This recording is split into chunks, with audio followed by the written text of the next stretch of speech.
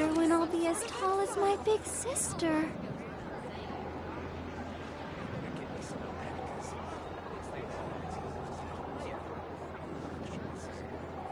Now, dear. Just a temporary stumble. Comes right after this. I promise.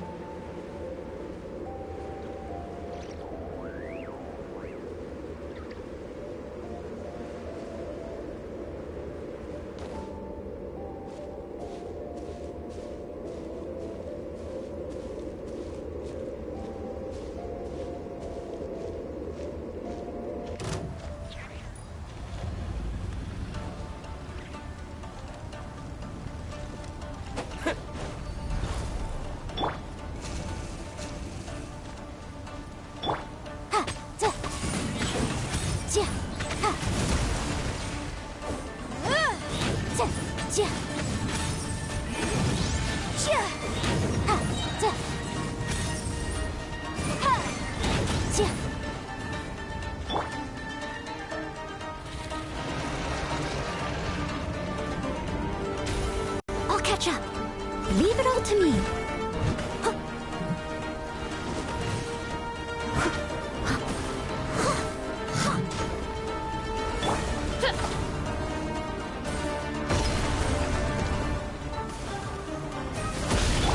I'll catch up.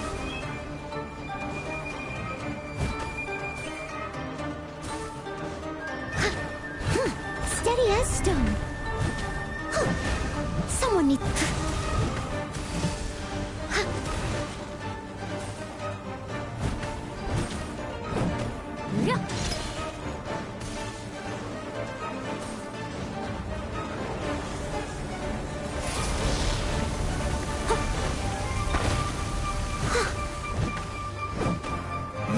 I must leave no stone unturned.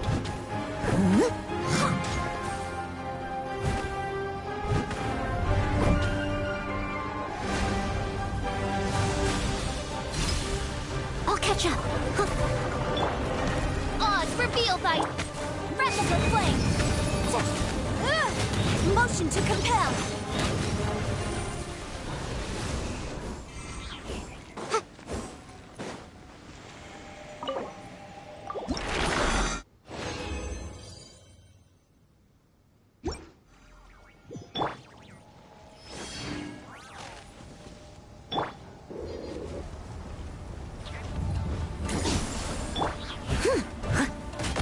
Steady as stone. I'll catch up. Someone needs assistance.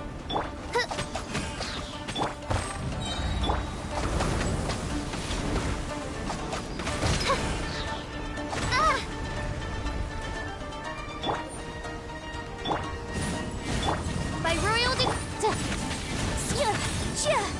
boom boom.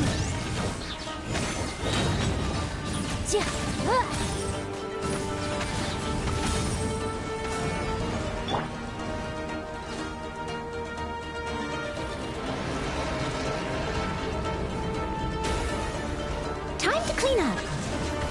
Leave it all to me. I'll catch up. Someone needs assistance. I'll catch up.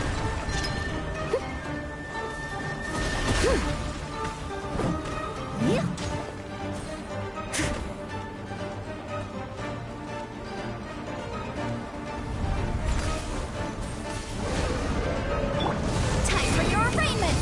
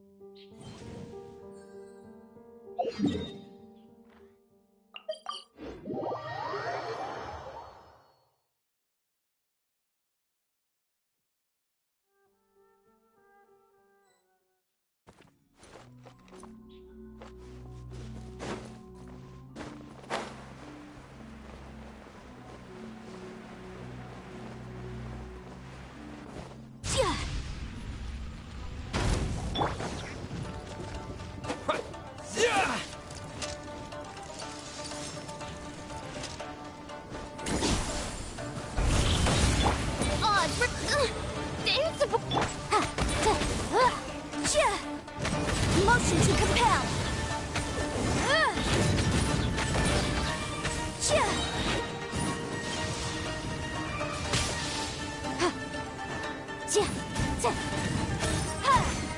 Replica flame.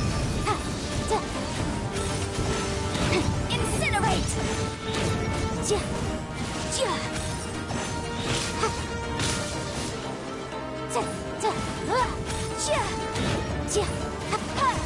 Boom boom!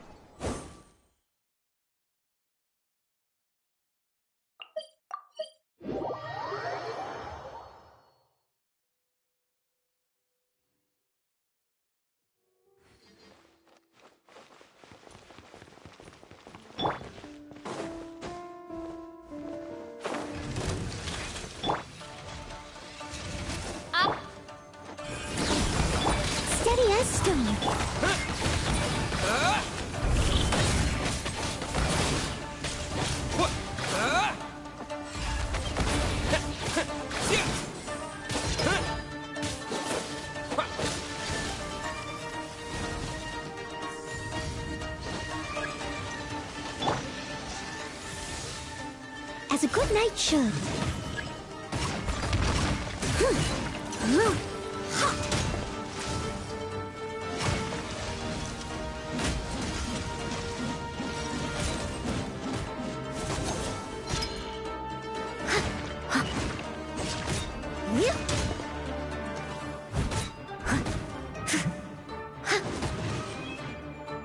Leave it all to me.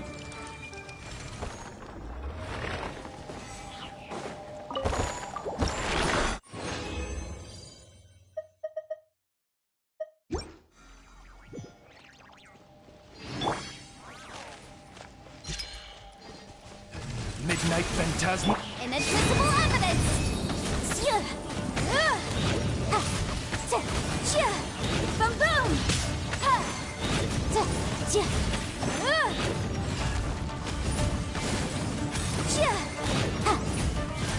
Incinerate!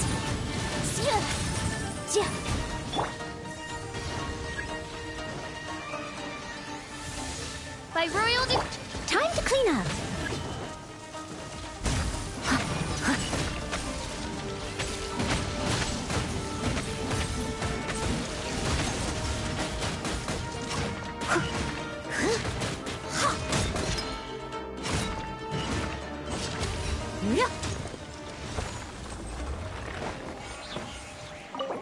I spent all handling the most trivial of matters. But so long as it helps you in your adventure, or makes your life easier in some small way, I couldn't be happier. That's because each time I get a thank you, it makes me feel like my work at least has some meaning, no matter how insignificant it seems.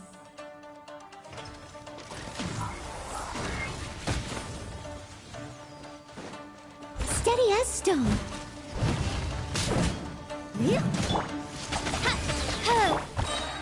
As a good knight should.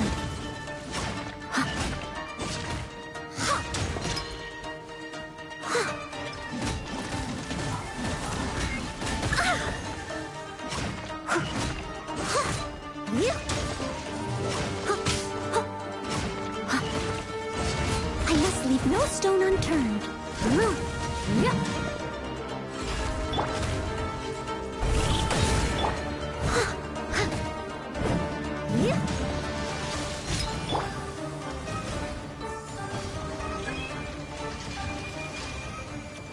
wings of dark!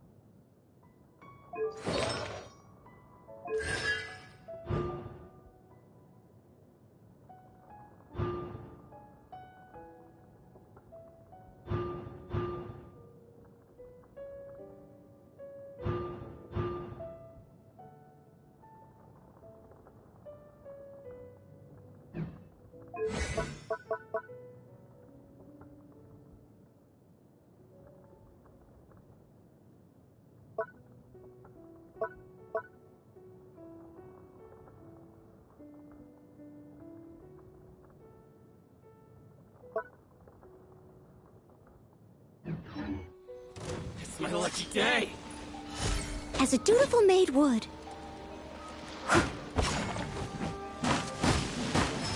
Finally,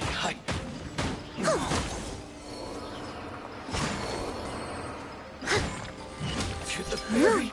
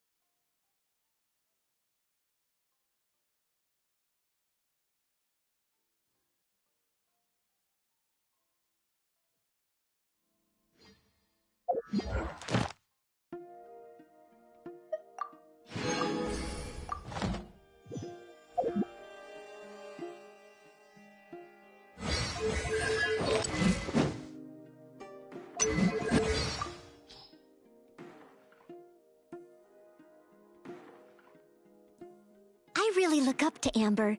Not only is she an accomplished knight, but she's a kind person too. She taught me how to make a Baron bunny.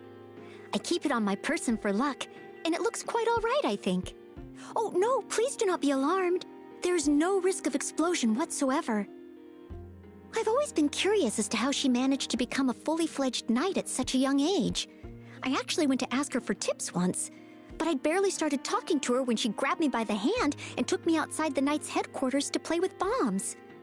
I thought it was some kind of training exercise at first. Oh, but Jean found us, and we both ended up in solitary confinement. Master Jean has always been my role model, both in terms of ability and dedication. She holds herself and others to the same high standards. So if there ever comes a day when I meet with her approval, it will be the ultimate acknowledgement of all my efforts so far. Until then, there's no room for complacency.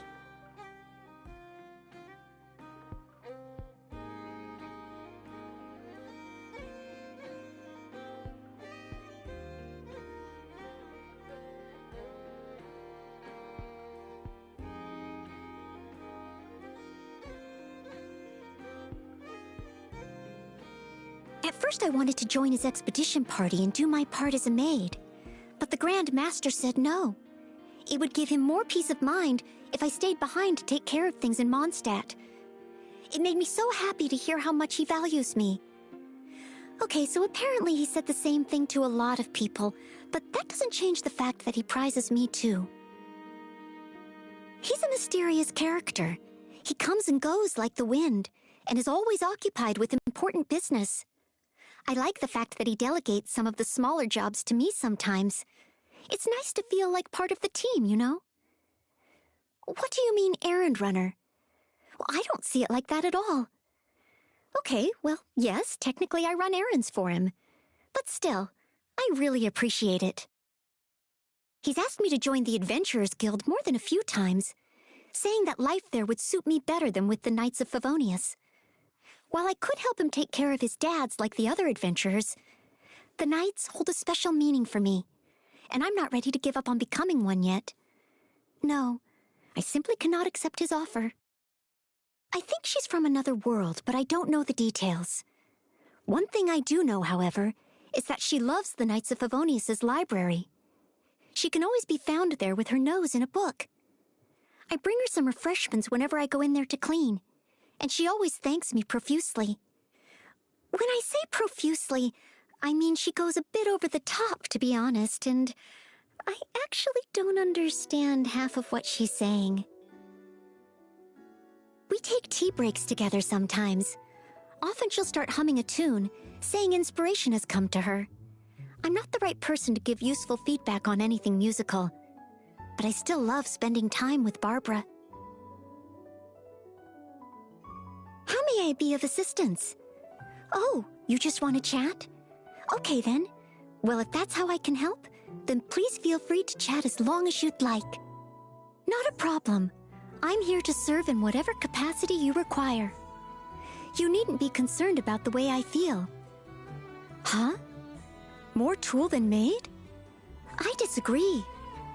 A tool might help you to complete 1,000,000 tasks to a satisfactory standard, but it feels nothing. I, on the other hand, feel a strong sense of achievement every time I do something for you. These treats are for me? Oh, no, I couldn't, really. Well, then I'll make some for you, too. I'll go right now, right this instant. Half an hour. Okay, maybe an hour, tops. You can busy yourself with other things first, and I'll be sure to deliver them right to you, hot and fresh out of the oven. I spend all my days handling the most trivial of matters, but so long as it helps you in your adventure, or makes your life easier in some small way, I couldn't be happier. That's because each time I get a thank you, it makes me feel like my work at least has some meaning, no matter how insignificant it seems.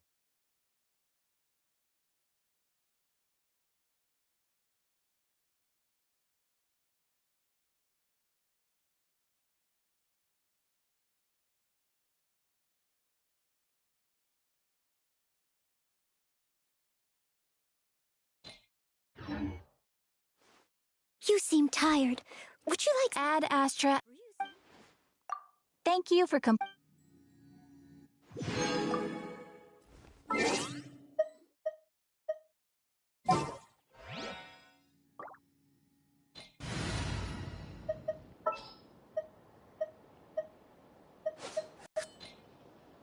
I'll take care of it.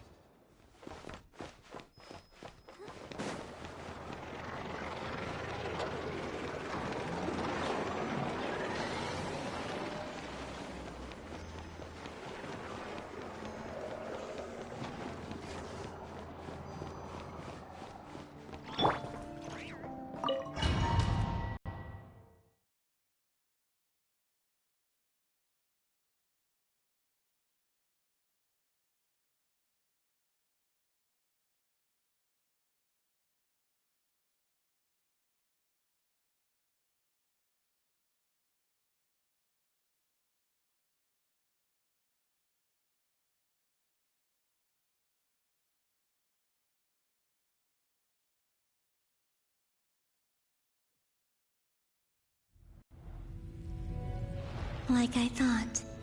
No more paths back to reality have emerged since. But how can I be sure that I'm going the right way without scenes from reality to keep me on track? I can't even be sure of how long I've been walking for. The further I travel, the less stable this space becomes. There are even moments where I can sense something that feels like abyssal energy. They can just materialize out of thin air. I have to keep my wits about me.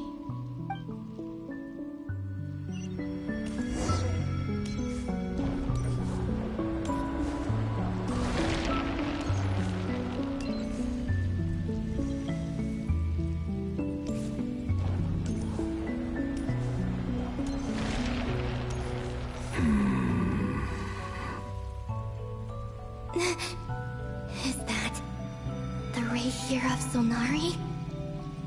I can't believe he survived. How did he do it?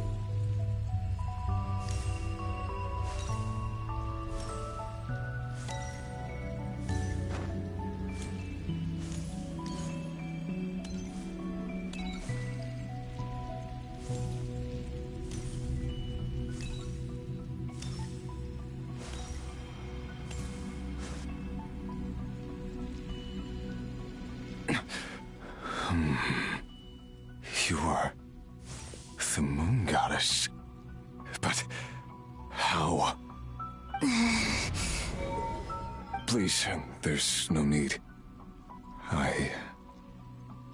I'm not interested in fighting anymore. I find that a little difficult to believe. Yeah. Honestly, so do I. The way you used my own power against me was... It was a brilliant strategy. And then, in the final moment before I was thrown into this space, I got to see an old friend. Mr. Dainsleif. Right. It was so long ago now.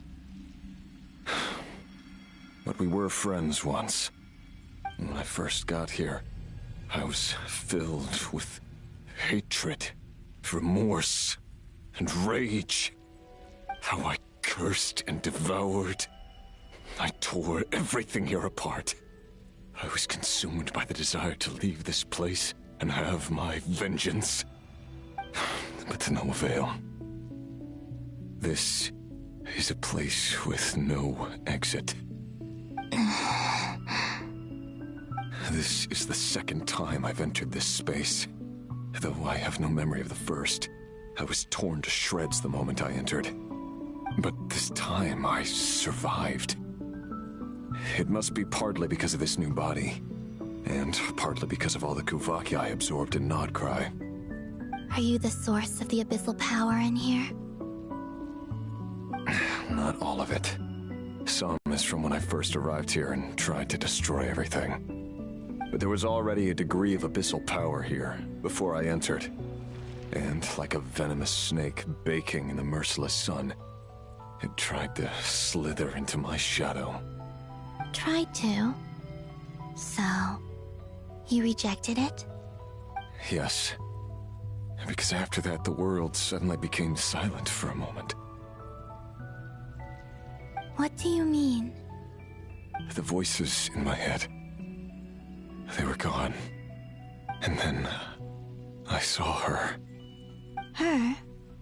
Thalindis. My former lover.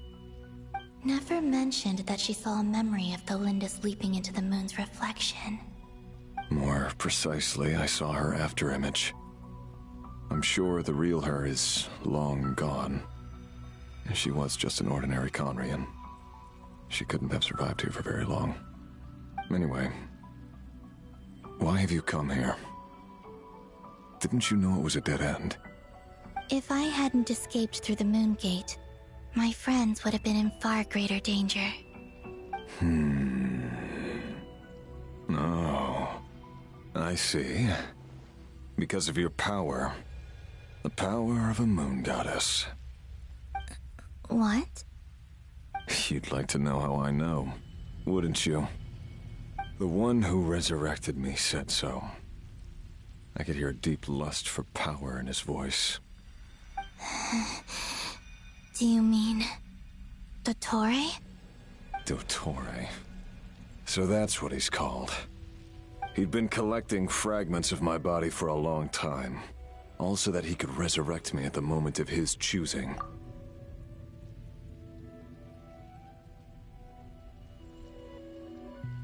I had no interest in his research.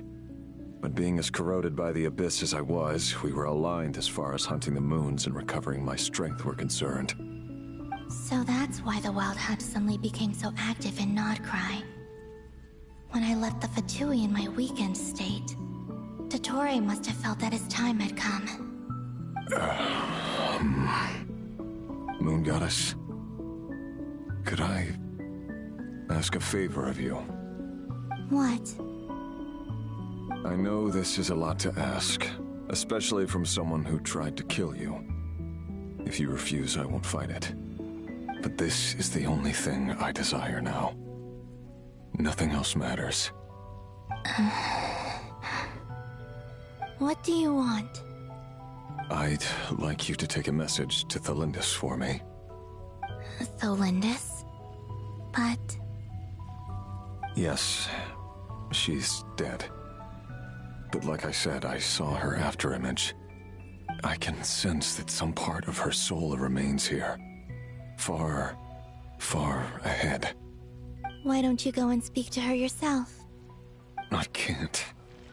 I don't know why, but I can't move freely in this space as you can. All I can see is a glimpse of her, walking away. Just like the moment when I last saw her in life.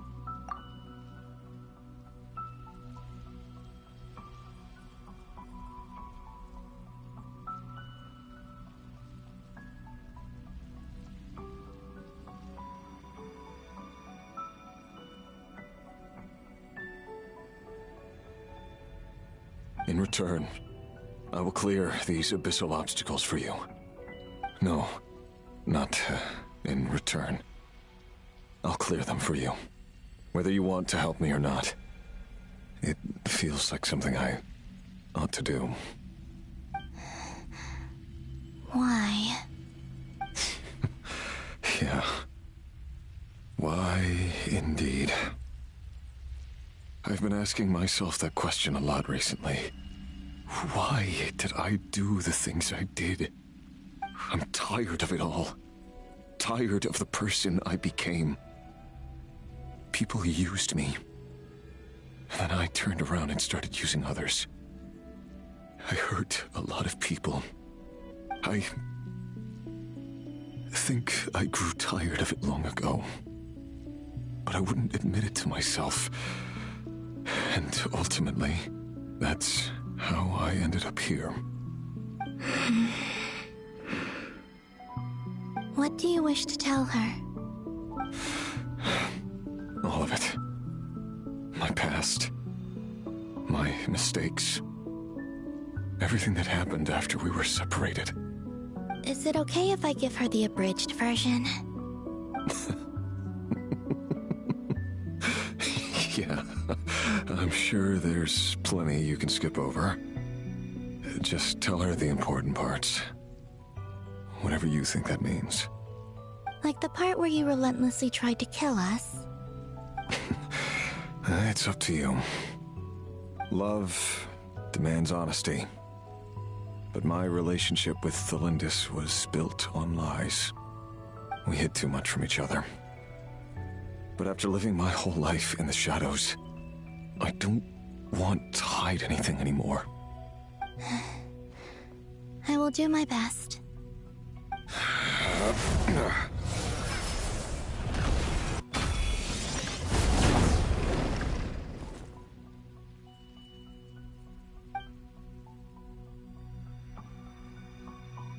There. The abyss will no longer stand in your way. Even though Mr. Dainsliff felt he had to fight you, I think he still regarded you as a friend. Dane?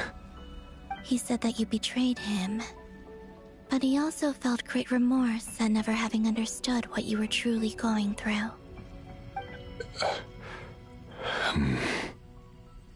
Why tell me this? Because if he'd known that someone could take a message to you, I believe that's what he would have said. Thank you. It means a lot. I know this will sound strange coming from me, but don't die, Moon Goddess. I can tell that you're determined to get out of here.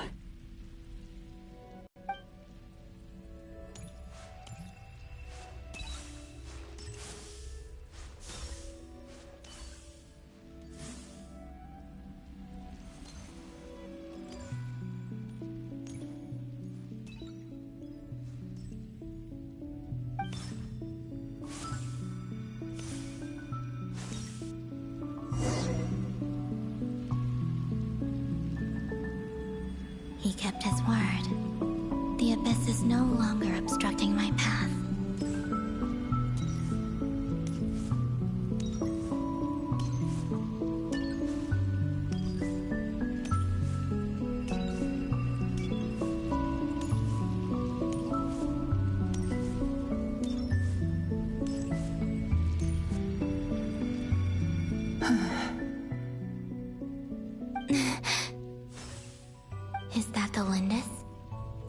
She wasn't far off at all. And yet, they can never meet. Hello, Miss Thelindis. Who are you? How do you know my name? I've never seen anyone else here before. You can call me Columbina. I promised Rerir that I'd bring a message to you. Rerir? My Rerir? Is he well?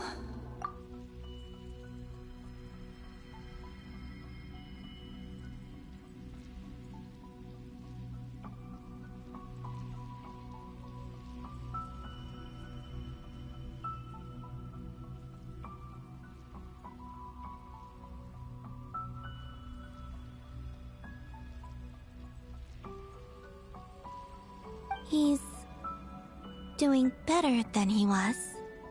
Better than he was, huh? Sounds like he's had a pretty rough time.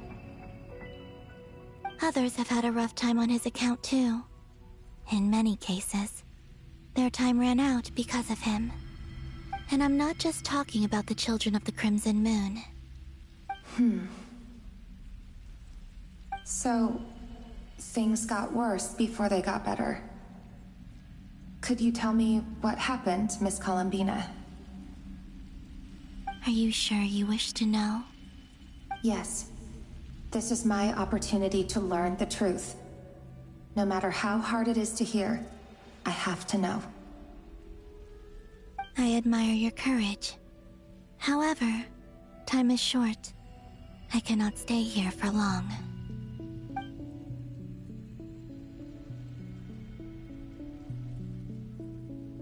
Rerir had seeds of hatred in his heart, and many people nursed them for their own ends. On some level, everything he did was to try and find a way to see you again. But in the end, he came to regret his mistakes. He wanted to apologize for hiding his past from you. Beyond that, he did not say specifically what it was he wished to convey to you, but I'm sure that you've always been on his mind. You are what has kept him going over all these years.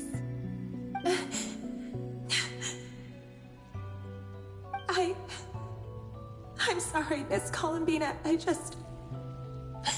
This is so upsetting. I'm not sure how to put my feelings into words.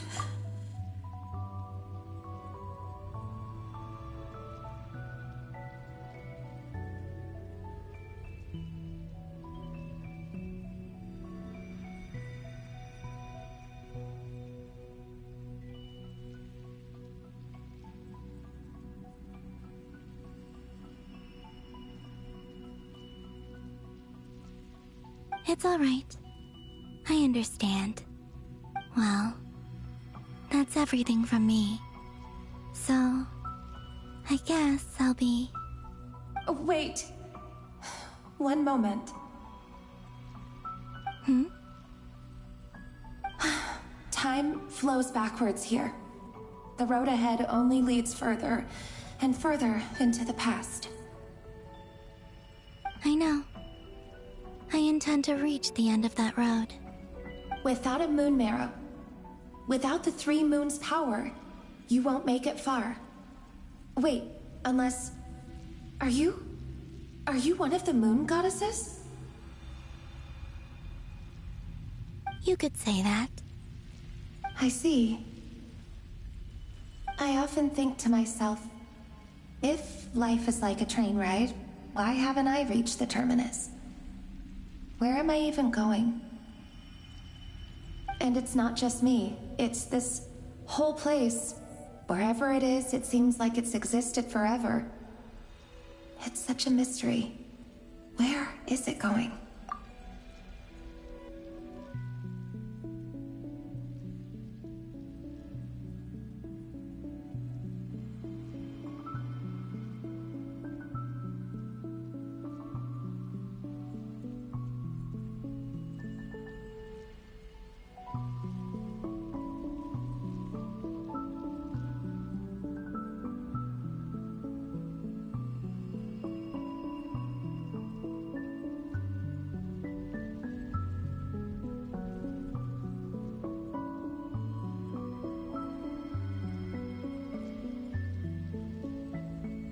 I must seem so ridiculous. I can't answer these basic questions, and yet I jumped right in here without hesitating, only to be torn apart the moment I entered by powerful energy currents. Only my soul remains now. Thinking back, I was suddenly overcome with fear and terror in that moment. Perhaps I too became bewitched by the abyss. I may have been the leverage it needed to control Rayrir. I used to be a researcher at the Universitas Magistrorum in Conria, researching the iridescent moon's marrow. Eventually, I came to the conclusion that time in here flows in reverse. Rayrir was one of the Vinster King's retainers.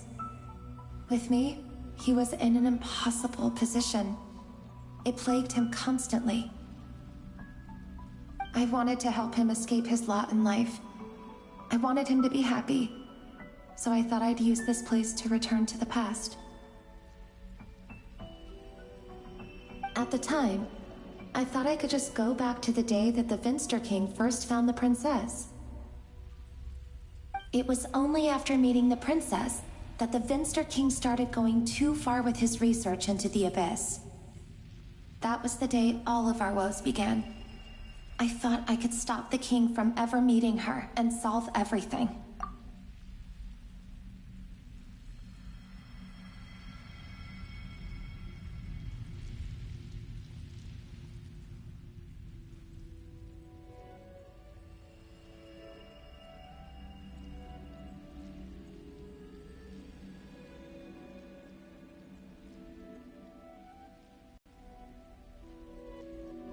I couldn't kill the Vinster King himself, so I had to find another way to save Rayrir.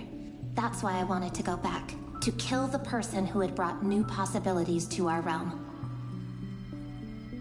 I'm sure it was a futile endeavor, but the Abyss probably enhances the basest human desires. So I naively hoped I could change everything.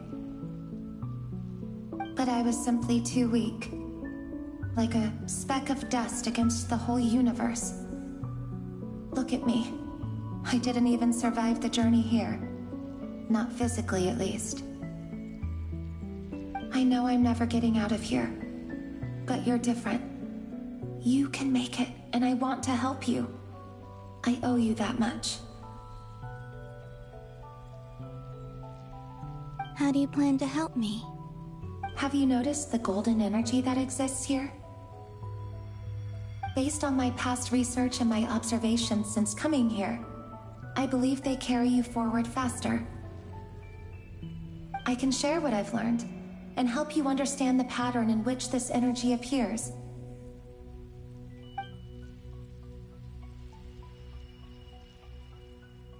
I think you just might... Now, I know you will be able to change the past.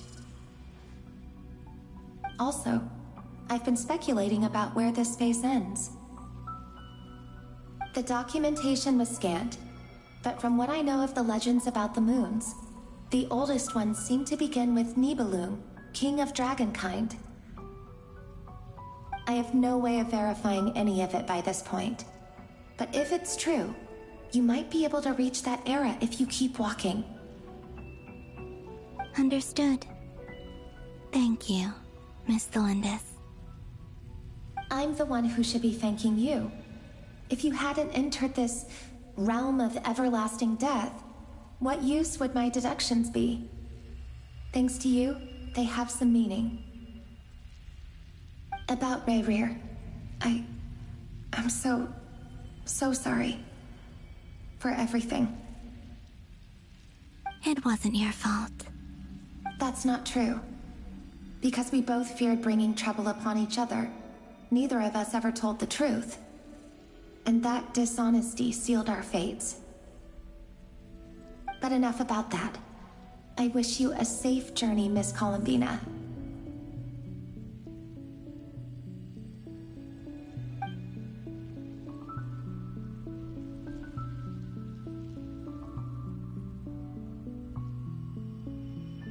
And may the outside world never have to experience pain like this again.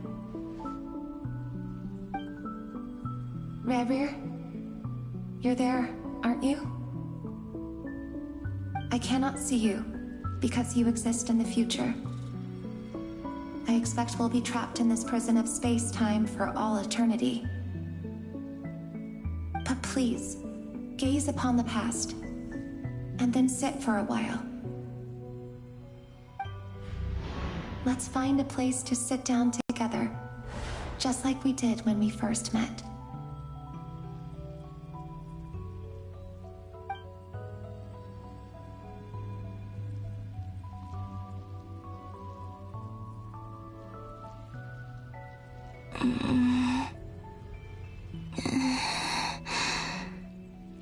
How long have I been walking? How much further till I reach the end? Is there even an end to be found? Everything's getting blurry.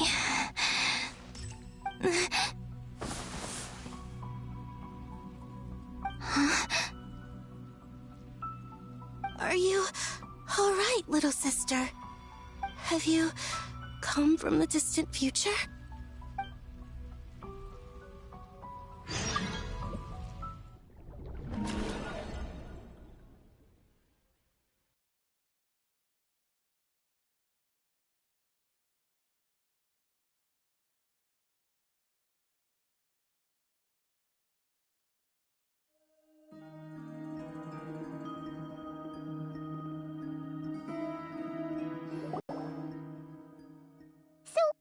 How exactly did the moons just disappear? Shouldn't it be a little harder to get rid of major creations like moons? The world is a vast and ancient place. On a certain scale, all life lasts for but a fleeting moment. Miss Nicole explained that the moon goddesses likely perished in the War of Funerary Flame. The moons themselves were also destroyed at that time, save for the Frost Moon, from which a new moon goddess was later born. Am I missing something then? 'Cause the stories say that the moon goddesses were born on the moon, but doesn't Columbina say she was born in Nodcry? Huh. You're right. Why do their birthplaces differ? What's the difference between the two generations of moon goddesses? Also, remember what Sandrone said? Her scans detected 4 moons. In other words, 4 moon marrows. Technically, the result of the scan means that 4 moon marrows were detected and positively identified as moons in that moment. In other words, this piece of information alone isn't enough for us to know how Miss Columbina is doing right now. Yep. We have no way of staying up to date on whether she's dead or alive. She's on her own for now. But at least she's trying her best to get back to us. Yeah. She's a tough cookie. And a sore loser, too. We have to trust that she'll find a way. Because we really need her power. As much as it pains me to say it, we've got no chance of beating Dottore in a straight-up fight. He's much too powerful. It wouldn't even be close. That maniac is going to devour everything in his path until he reaches us. We need to find someone or something that can stop him before he does anything worse. I'll be frank. Our only hope of defeating this false god is with a real moon goddess on our side. I'm not just saying this because Columbina's a friend and I want her back safe and sound. It's just the truth. And I know that even she was no match for him when he attacked, but I don't have a better solution. We're not giving up on saving her, whether she can defeat Dottore or not. Right.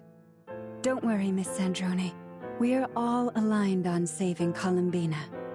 No one's trying to argue that we can only justify saving our friend because it will help save the world. This is about multitasking. We want to save both. So, she's more than just a moon goddess to you guys? Absolutely. Duh! She's part of the gang! And you are too, you know. Yes, I know. You don't need to labor the point. I knew that the moment I came running over with my documents that I was part of the in-group. I mean, if Arlecchino can fit in, I certainly can. Anyway, as for how we get Columbina back, I've been working on it constantly. But I think I'm still lacking certain information about the moon.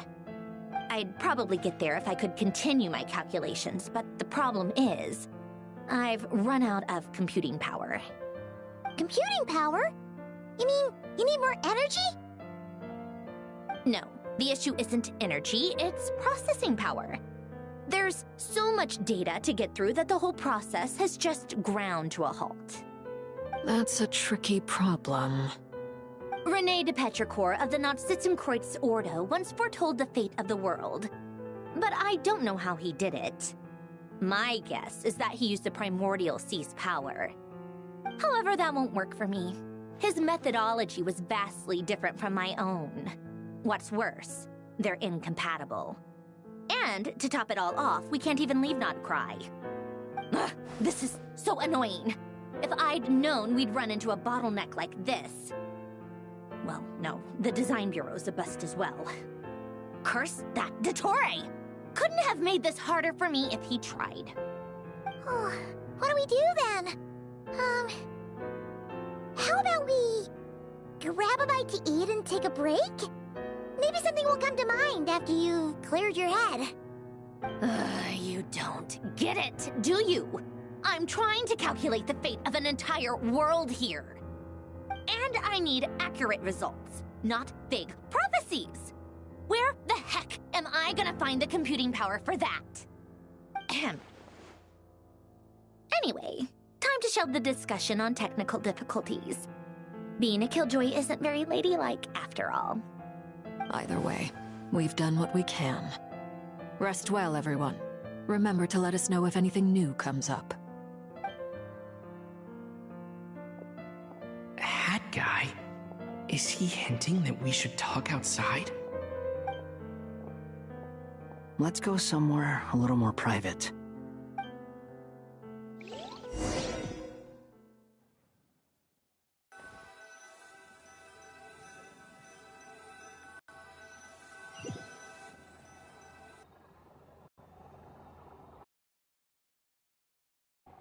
You know that Dory went back to Sumeru, right? Yeah, she mentioned she was planning to head back. Things aren't looking good for Nodcry. She's gone to spread the word so that Sumeru has a chance to prepare for the worst. From what I know of Dottore, there are two possible reasons why he hasn't made a move yet. One is that he's still working through some kinks in his new powers. The other is, he wants to see how we're going to react. He'll easily devour everything eventually, so I guess he's in no rush to make it happen. The first false god he made was me. Now it's his turn. Even though my records were erased from Irminsul, Dottore's ideas haven't changed one bit. He once told me that becoming a god was like turning yourself into a hungry wolf or giant serpent to devour the moon. Clearly, he began studying the moon goddess's powers long before he even tried making a god. He's always wanted to get his greedy hands on divine authority one way or another. And in the end, he devoured the moon where I failed. In the desert of Sumeru, there is a chessboard built by King Deshret, also known as Al-Ahmar. I don't know if it was a real game, or if he was just trying to challenge his servants and citizens in some way. But creating games and setting rules, gods do that as a matter of course. That's the kind of power Dottore craves. Now he has the Trilunar Authority. His power is leagues beyond the common people. I don't think there's any point in other nations rushing to the front line. They're better off focusing on defense and hoping they can fend off any threats that spill out from Nodcry. Either way, Dory will inform Lesser Lord Kusanali, and she will contact the other gods in turn. The Seven will have some recourse available. If nothing else, Their protection should keep the rest of the world from descending into chaos as quickly as Nodcry has. So on the bright side, even if Nodcry is doomed, your friends in other nations won't be in any immediate peril. That's good to know.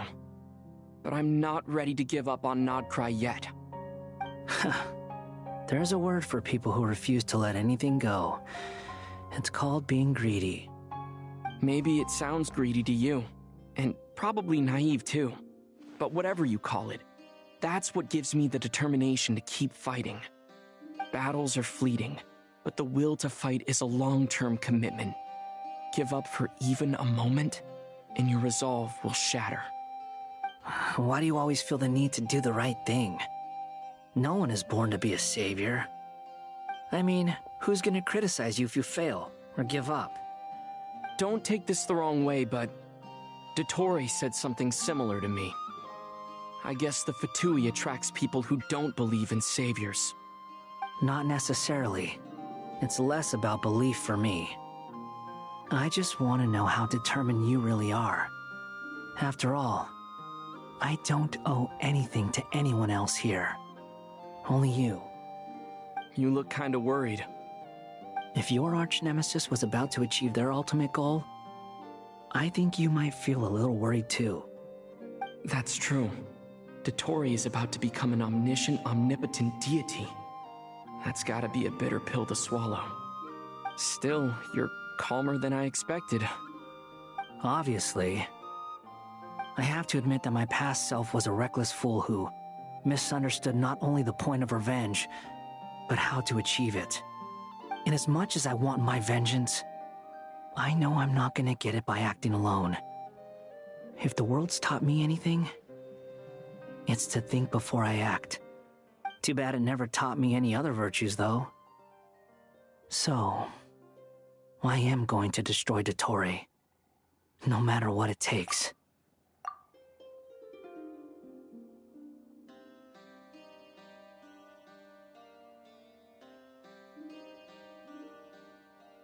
So, what's your plan? I'll get to that. First, tell me, what do you think of Sandrone? Just like Paimon said, she's a friend, part of the gang. How much do you trust her? This is a serious question. Think carefully before you answer. Although she's with the Fatui, she has her own values, and she's helped us a lot. If nothing else, she's clearly going the extra mile for Columbina. I see no reason not to trust her. If you say so. In that case, the three of us need to talk.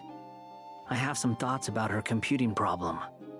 It can be solved, but it will come with a cost. How much? If I can afford it, I'll cover it.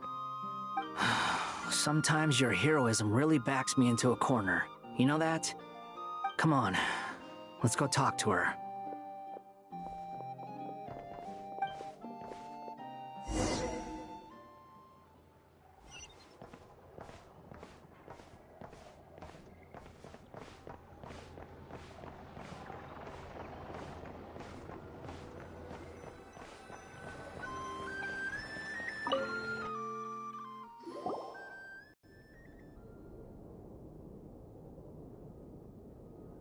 Miss Androne, Traveler. Hey there. Paimon's here too! She was just helping them sort through their things. How did your chat go? That was fast. The call only just ended. Well, you said it was urgent, so we got here as quickly as we could. Albedo, I have some alchemy questions for you. I see. Looks like my knowledge proved useful after all.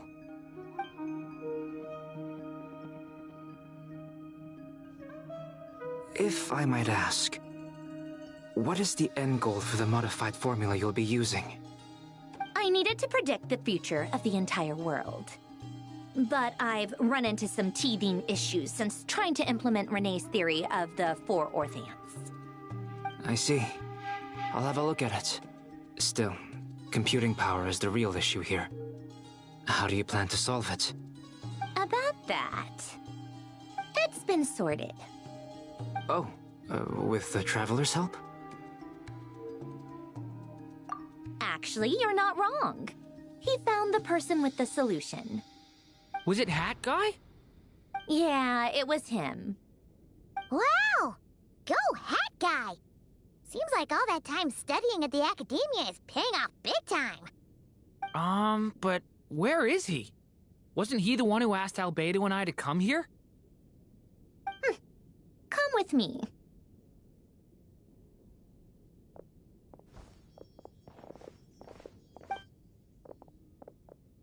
Hat Guy? What's happened to him?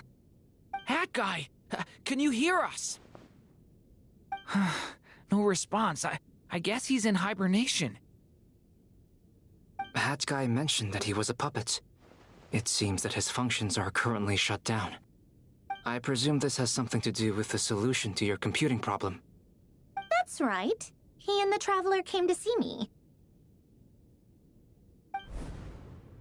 Wait, what? You have a solution? Would you calm down?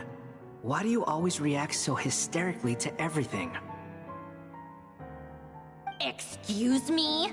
How would you know? You shouldn't be so quick to judge complete strangers. It's very bad manners.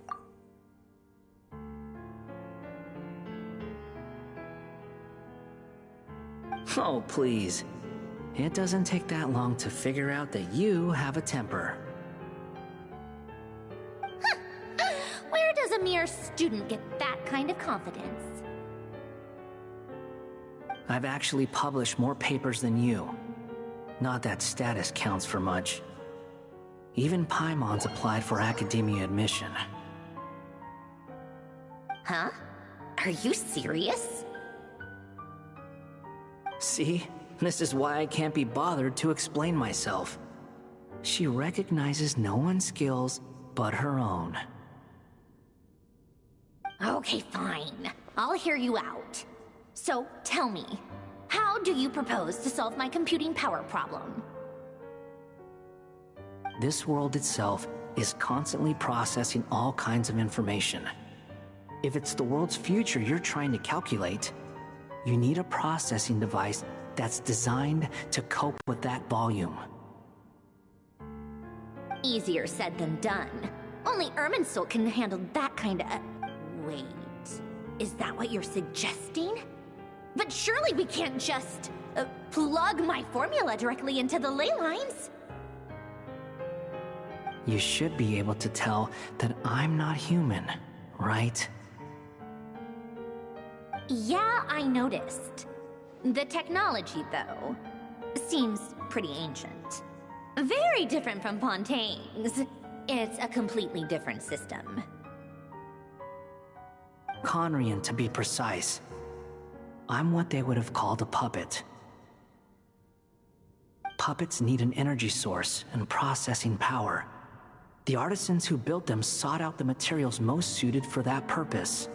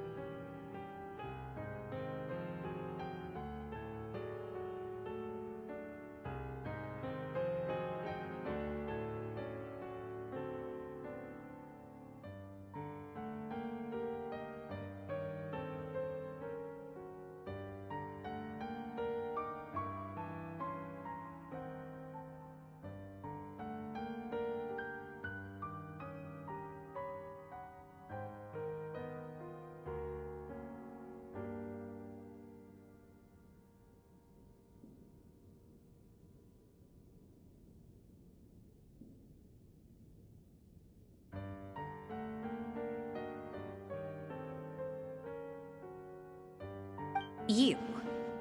Do you mean... The Traveler and I have talked it over. He's willing to vouch for you. So, I'll allow you to borrow my core for your calculations.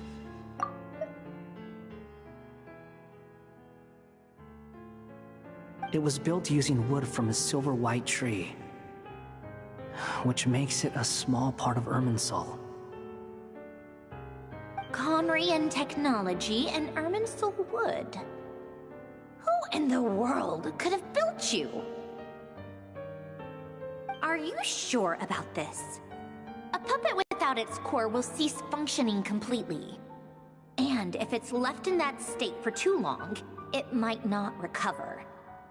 You could die if you do this. You do realize that, don't you?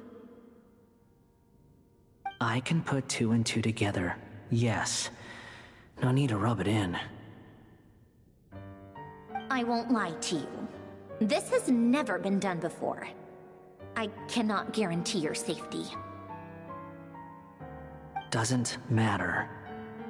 I'm prepared for the worst.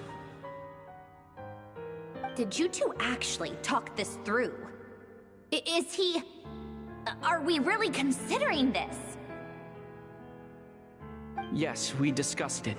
The bottom line is, he trusts me, and I trust you. Let's give it a shot, shall we?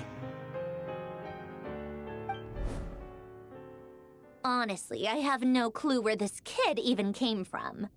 But for whatever reason, he lent me his core to use in my formula. I'm very close to finishing my calculations now, and the core is currently in use. So I'm sorry, but I can only show you a sketch right now. This is what the core looks like. A silver white branch.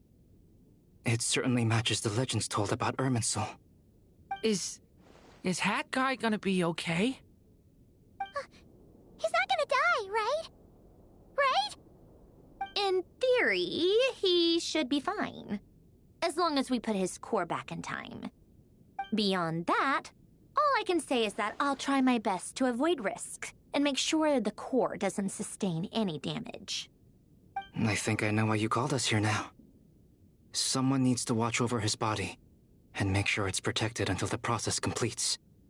Correct. He said that the only ones he trusts here are you two, and the Traveler. And the Traveler will have other work to do. He will have our undivided attention. Aww, Hat Guy. On a more positive note, things are progressing steadily on my end. I'll call everyone in for a meeting once the results are out.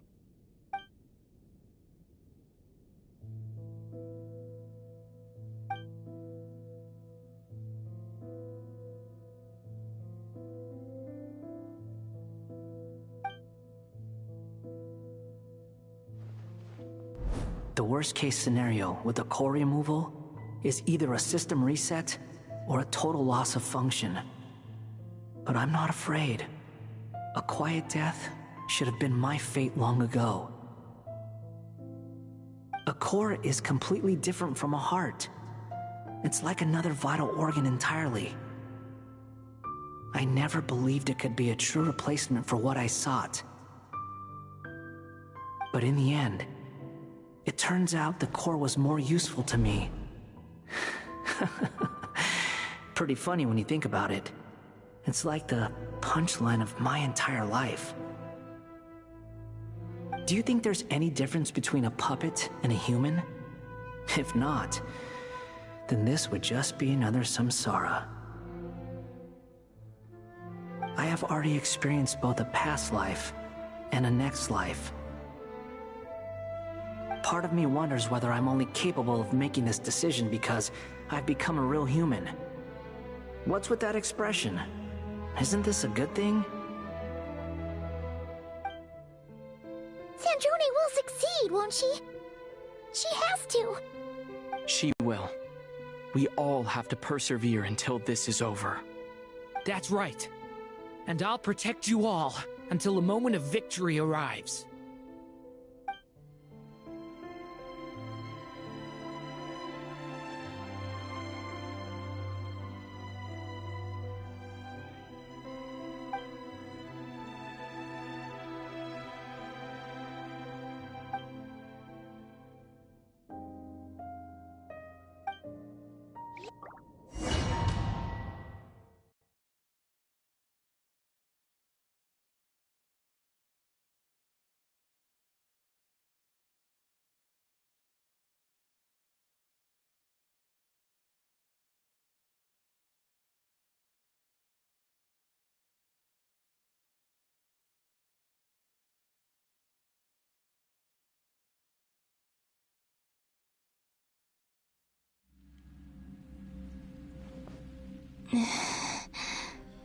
Who are you? Call me Sonnet. You have the same power as Canon. Sonnet. So, you're the goddess of the iridescent moon? Oh, goodness. You recognize me? Well then, what's your name?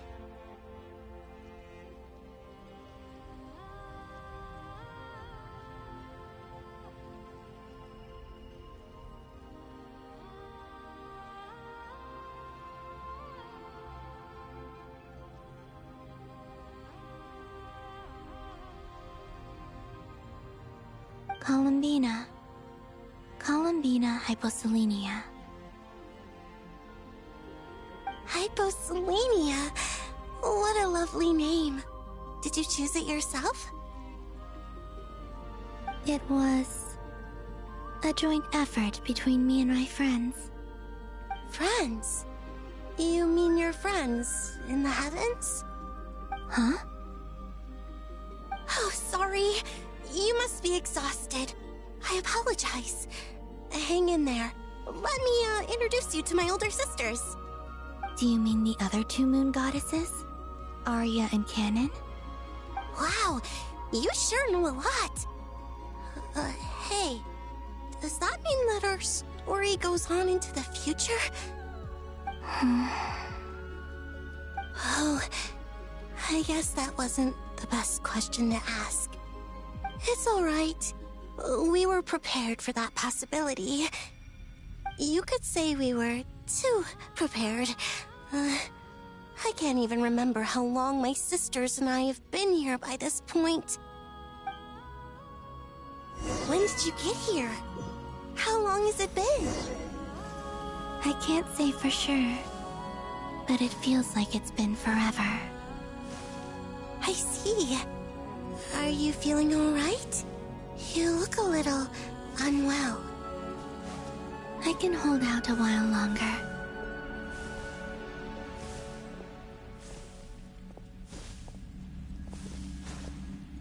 We don't have far to go. The place where my sisters and I are based is just up ahead. Don't worry, they're both really nice. I'll introduce you.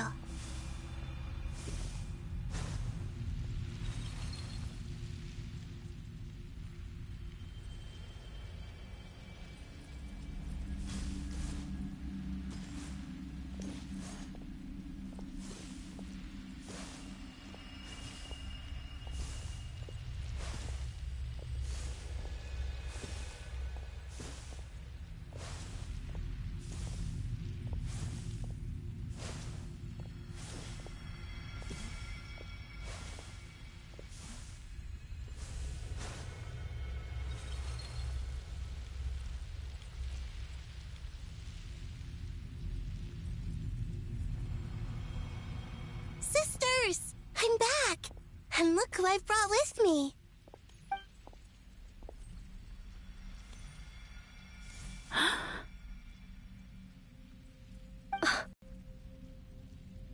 It's our lovely little sister, born in the far future.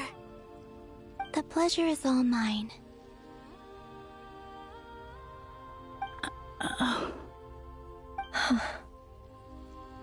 Allow me to introduce you to Columbina hyposelenia.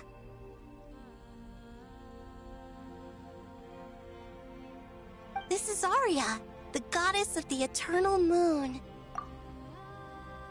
And this is Canon, goddess of the frost moon. Canon, don't you think hyposelenia's power is similar to yours? Hello, Columbina. I apologize for our startled reaction just now. And please, forgive our little sister if she's been annoying you. She tends to talk a lot. It's fine. You seem shy. Don't worry, Columbina hyposelenia. No one can hurt you here. Could you tell me where here is?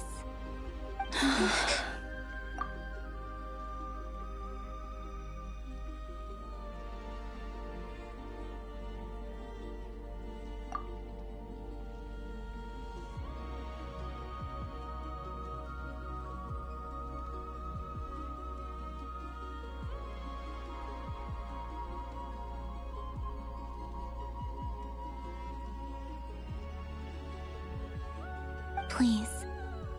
I must know.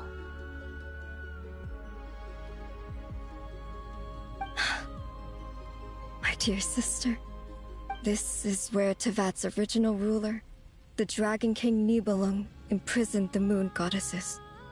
What? You're scaring her, Canon.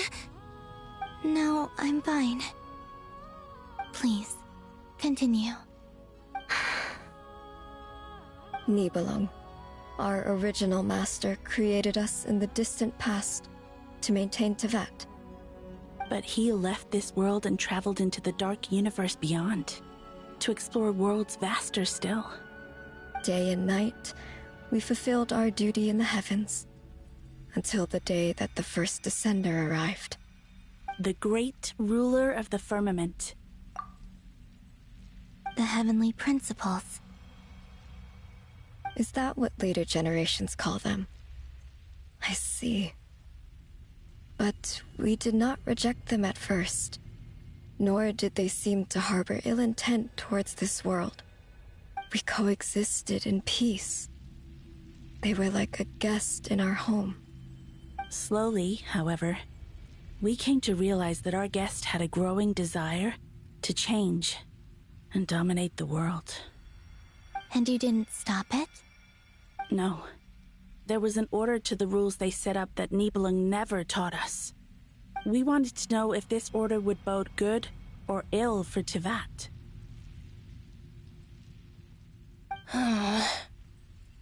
All right. Canon and I wanted to know. Sonnet was against it from the outset. Later, we discovered that this great ruler of the firmament bore an almost paranoid hostility toward the desire of certain life forms to seek power. Or perhaps they feared them.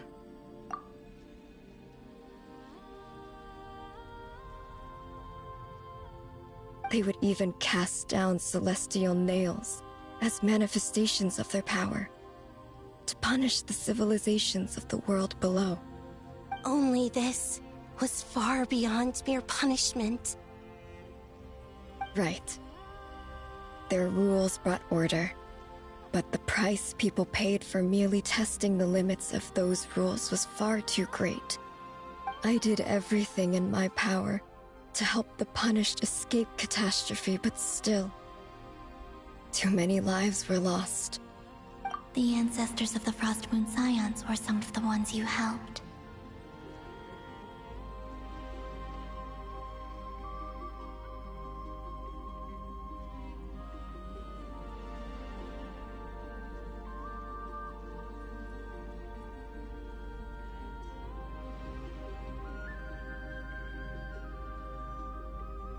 But just when we had decided to take countermeasures, the Dragon King, Nibelung, returned. And so began the War of Funerary Flame. So, that's the name the world gave that war in the future. Well, who won in the end? As far as I know, the Heavenly Principles won, although it came at a great cost. They remained in Tevat, where they continue to rule to this day. And the world's original master, the Dragon King Nibelung, was destroyed. And what of the moons? Are there still 3 moons in Tevat's skies? You can tell us the truth, Columbina. We know we are but remnants of a bygone age. We are prepared for the answer. Only the Frost Moon remains. But it has been cast beyond the false firmament by the Heavenly Principles. The eternal and iridescent moons were both shattered during the war. So death finally came for us in the end. Sonnet. But you're still here, aren't you? A moon goddess cannot live without her moon, Columbina. She's right. That's why I began to disappear. Because the Frost Moon is cut off by the false sky. how much worse it would have been if it were outright destroyed. Our souls may endure within this lunar palace, but if our moons are destroyed, then we shall disappear the moment we depart from it. I'm sorry.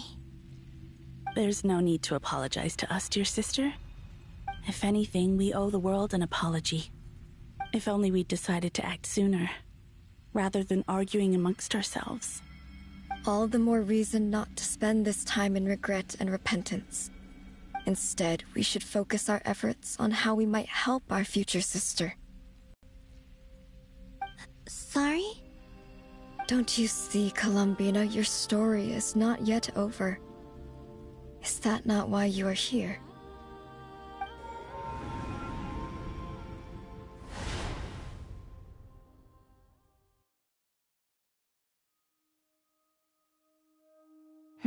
It's done. Initiate numerological array. Continue running primary process. Calculate the world's fate through extrapolation. And identify nodes of potential change. Secondary process, scan for moons. Still 4. The number of moon marrows hasn't changed. Wait, let me think. Is it possible that there's something I've been misunderstanding about the moons all along? Variables. Variables in the world. I know where potential variables within the world come from. So what about the moons? Are there any variables there? Like their life or death, for instance. What if being alive or dead makes no difference to a moon? But that's so strange. Even immortal gods can die. Why would the moons alone be? Wait! I've got it! If alive or dead is considered a variable, we might have had this wrong the whole time. No one ever said that a moon marrow equals a living moon. We just made that assumption ourselves. Initiate secondary process. Scan again. This time filtering out interfering perimeter. Moon marrow. I don't care if they're natural or artificial. Get them out of my search results! Why? It says 3 moons still exist in Teyvat, even after excluding the moon marrows. But we know for a fact that 2 of them are dead. Redo the scan. Narrow the results to living moons and real moons. No, scrap that. Narrow it down to moons that have lunar authority and remain alive. Why? Why is it still 3? What is this, Columbina? Has the world lied to us? Or are you the one pulling the wool over our eyes?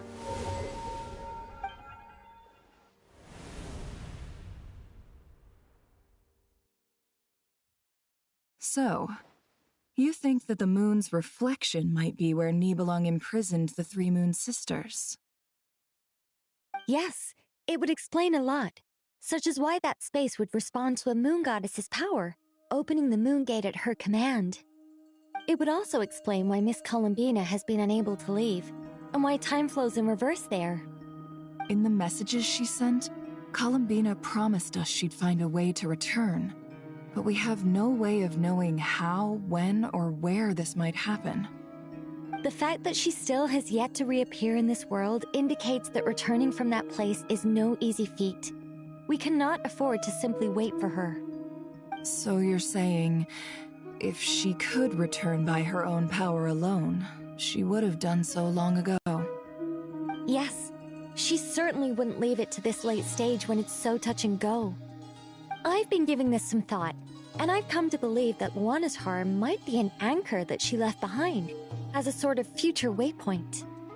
This could also explain why Luana's Har is always by the Traveler's side. Sounds like a plausible theory. If that's the case, there must be some criteria we need to fulfill to allow Columbina to return to the present. The question is, what could they be?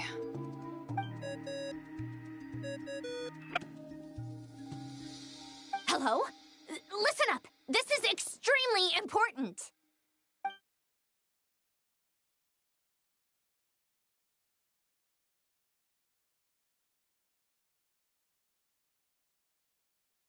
Not only is Columbina alive, but she may well exist in a form unimaginable to us. I'm still unclear on the details, but she's done something truly inconceivable in the past. And the clue to what she's done lies in the moon and Tevat's sky. Truly amazing. Oh, I'm so delighted for her. I'm sure we all feel the same. And I'm sure Columbina is ready to get back here and fight by our side.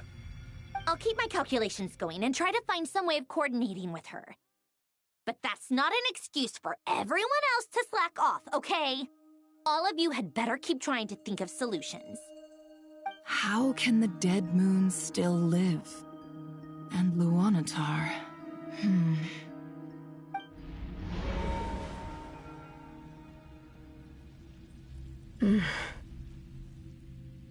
It's hard to believe that's what will happen in the distant future. Our authority is linked to the most fundamental rules of Tevat. I suppose it's no wonder that many would covet that power. I didn't realize that when you said friends, you meant people who live down in Tevat. That's so lovely. I always wanted to go down there and have some fun. Have you ever tried leaving this prison? Of course.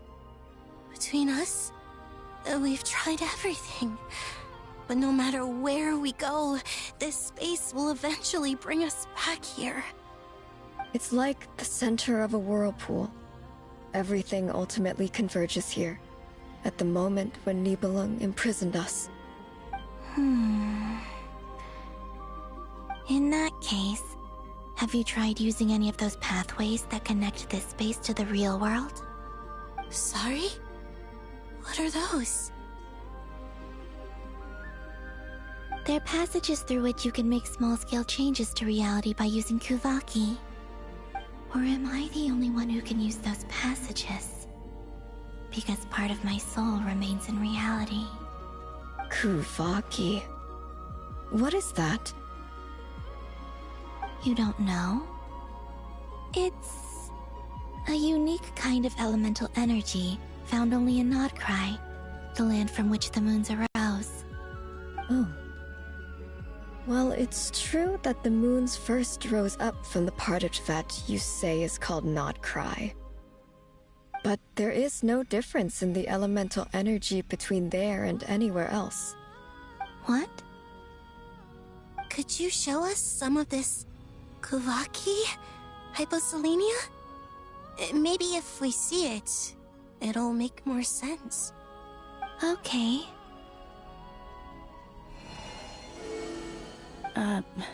Isn't that just your power? What? But it's everywhere in Nodcry. In the air, in the land. Even the creatures who live there have adapted to its influence. How curious. This Kuvaki certainly did not exist anywhere in the world before we were imprisoned. Let alone influence living creatures. So, how exactly does it affect them anyway? Can they float in the air like us? This is so strange. Why would their reality differ so much from mine?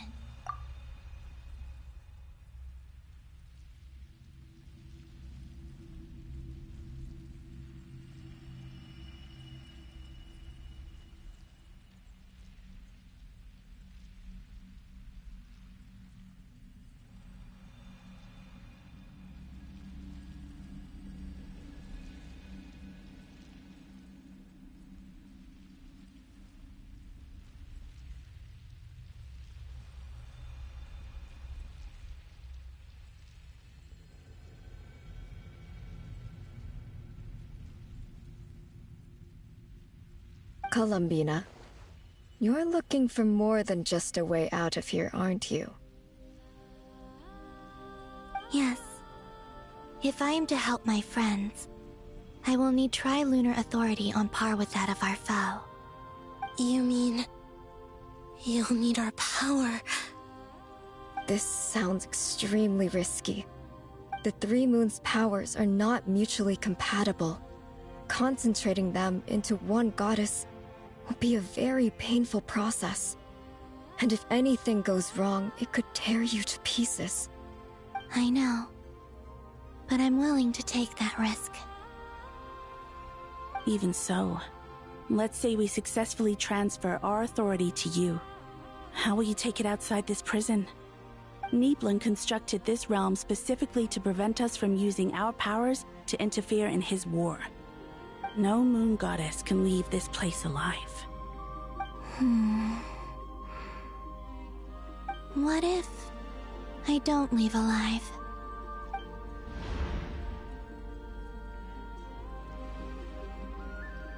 Where do we even start? How are we supposed to figure out what we're meant to do to help Columbina?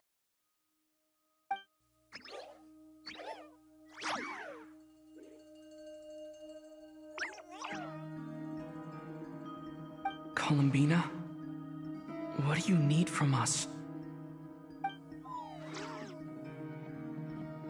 If she really got to the beginning of time in there, how do you think she'd leave us a message?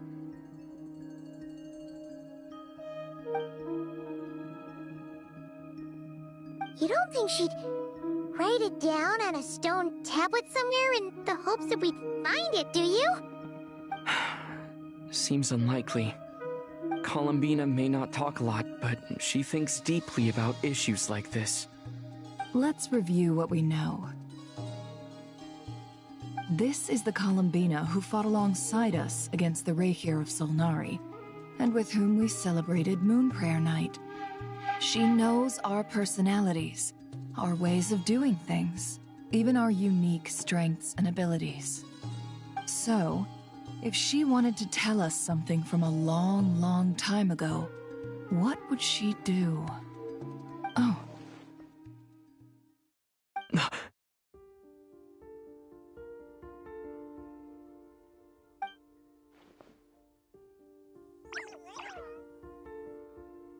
Traveler, you once said that those golden ripples also appeared when Luanatar was born. What if Columbina left Luanatar here, not just as an anchor to the real world, but for some other purpose? If she is part of Columbina, and Columbina knows that I can see past events through her... Oh yeah! Like when you peeked into Rarer's past through his heart! Never, wait. If you're right about this, and you can really see past events through Luanatar, your eyes, they'll... Oh, I know. Looking at Rerir's past in Conria was already enough of a strain on my eyes. Looking this far back into the past, it'll surely blind me. But it's our only chance. This is the only way. Boss. We spoke about this once, a long time ago. Do you remember what I said, Yehoda? The day I lose my sight, the Curatorium of Secrets will be yours to run. But... What's wrong? I'd be overjoyed if I were you. This day's come a lot earlier than either of us expected.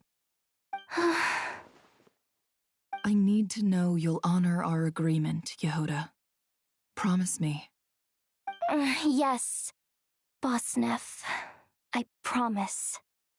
Are you sure you don't want some time to think this through? What is there to think through?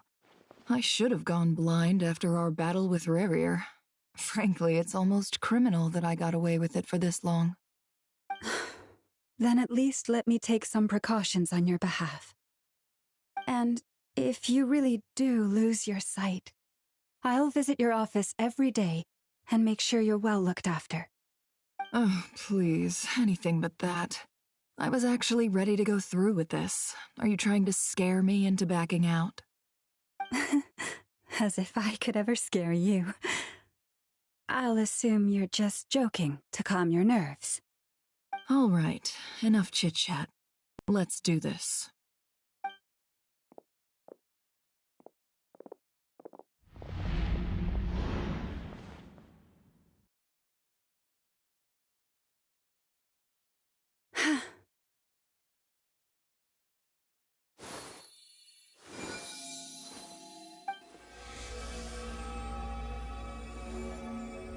done.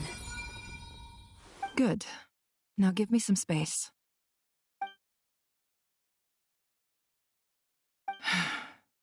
Come on then, little one. Show me what happened in the past.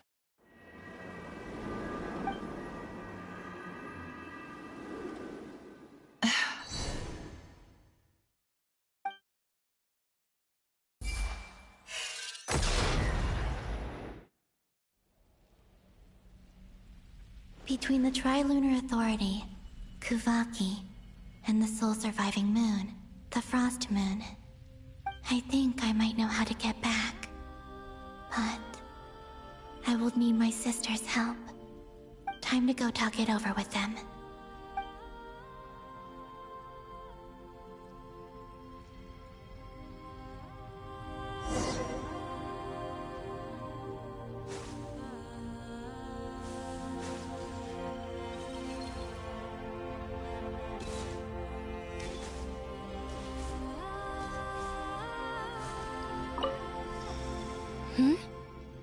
Have you decided what to do? I hope it's not too dangerous. You really scared me when you said that thing about not leaving here alive. Come on, let's go find the other two.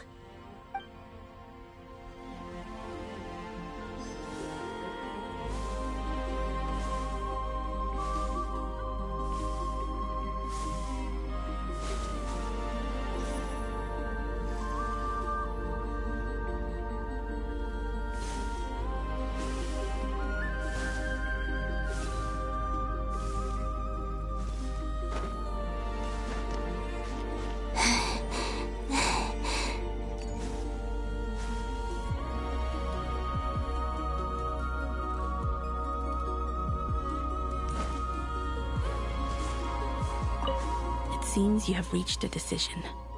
I'm all ears. What do you propose?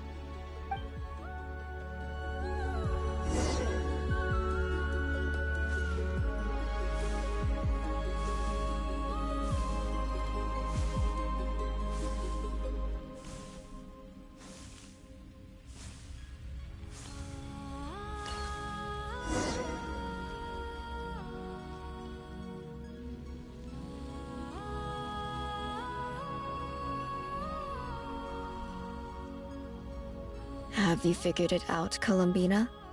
Tell us, how do you plan to leave this place? I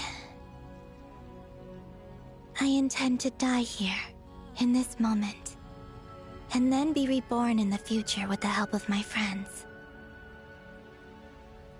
What? What are you saying? How can the dead be reborn? And how will you inform these future friends of your plans? You can't exactly leave oracles. Nothing can escape this place. Not a single ray of moonlight. And even if you found a way, what if they never find the message you left for them?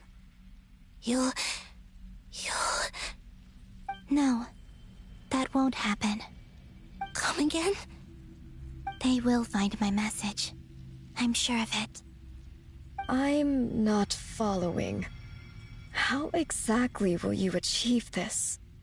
It's quite simple, really. First, I will leave my soul here.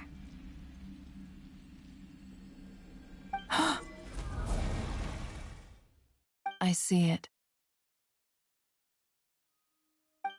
Your soul? You mean your divinity? Yes. I once left a portion of my soul in the future. One so small that this prison barely noticed anything. In this very moment, she can resonate with my soul across time. When the time comes, I believe that she can serve as an anchor to pull my soul from here back to the future reality. Just as gravity connects the world to the moon. Exactly. In the future, where I came from, the moon has been cast beyond the false sky, but I can still feel that it is there.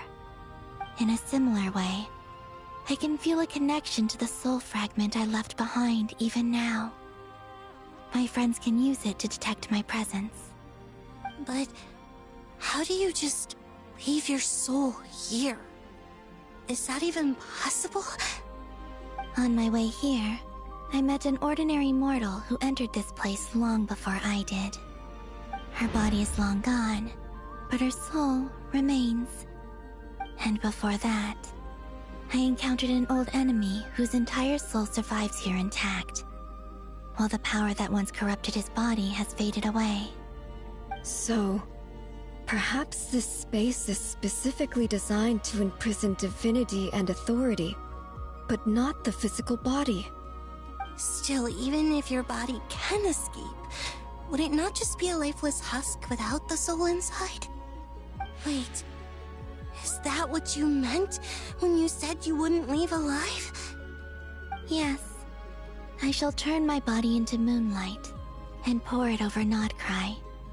That power shall protect the land and quietly blend into it, awaiting my soul's return in the future. However, I cannot do this on my strength alone. I would need your help to do this, so I'm humbly asking for your assistance. Oh, dear sister, you need not be so formal. As I said before, we are but remnants of a bygone age.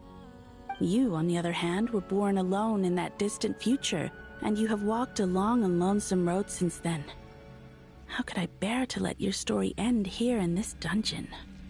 Don't forget, we are your sisters, your family.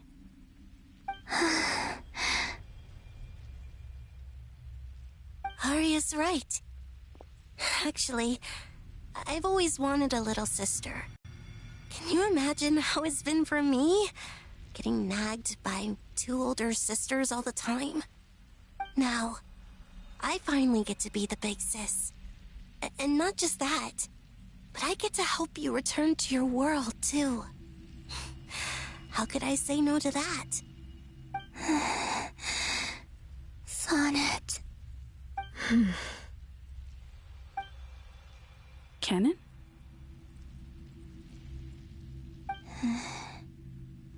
I'm sorry. I know this is a bold request. The Frost Moon is rightfully yours, and it remains intact.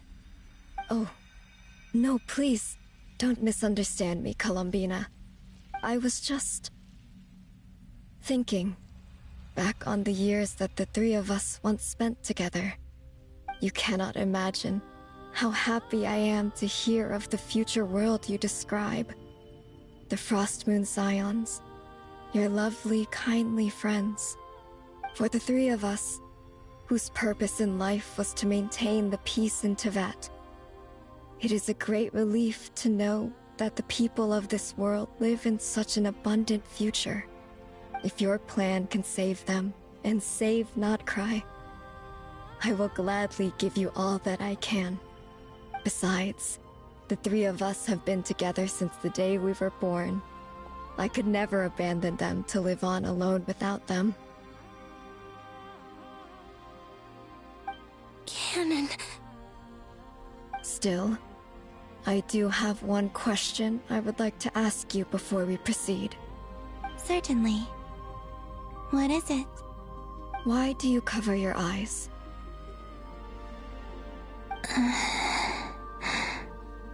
Yeah, I was curious about that too. But it seemed personal, so I didn't want to intrude.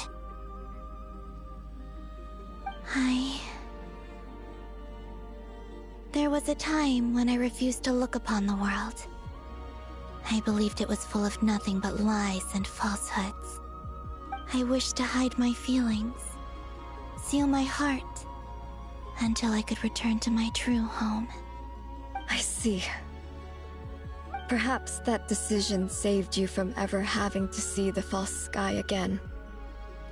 But at the same time, you likely missed out on many true and precious things, like the smiles on your friends' faces.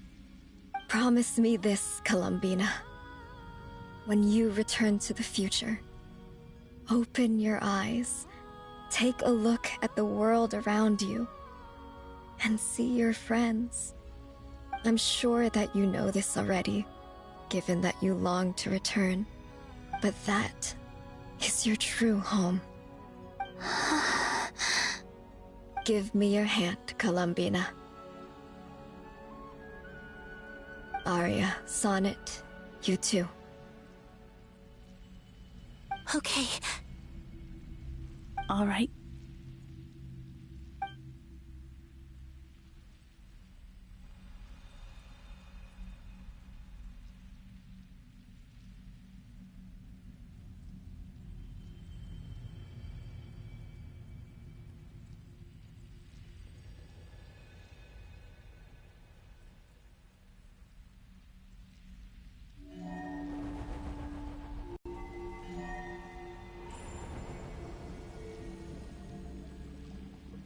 We once were the song sung for eternity, but now it is you who must continue to sing.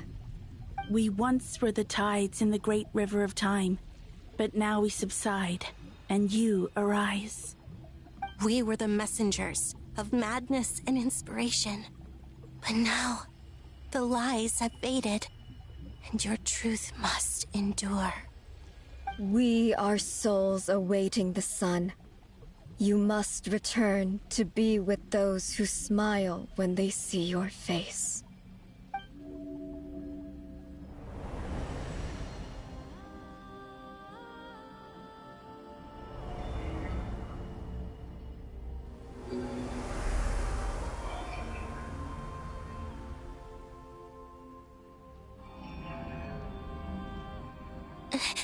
Is it done? Yes. We have transferred the authority over all 3 moons to Columbina Hyposelenia. From this moment on, she is the Tri-Lune Goddess, the one and only moon goddess of this world.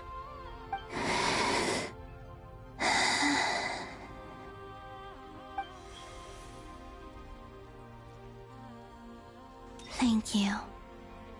Thank you, my sisters. Now go, and do what you believe is right, Columbina Hyposelenia. Be aware that we cannot grant you the power of the 3 moons beyond these prison walls. The conflict that arose over their remains following our disappearance will still take place. I understand. Sisters, oh, my body, it feels... Now that we have given up our power and authority, our bodies are merely mortal shells. This prison is dissolving them as we speak. It's okay, Sonnet. The end must come for every god, just as it does for every human. That's all this is. The final destination of our lives. Canon and I will be by your side the whole way. We have one final request, Columbina. Could you use the 3 moons' power to send us back into the real world? Now that we have lost our powers, I doubt this space will seek to hold us further. It's just... we would like to spend our final moments together in the only place we ever called home. Of course. Gladly.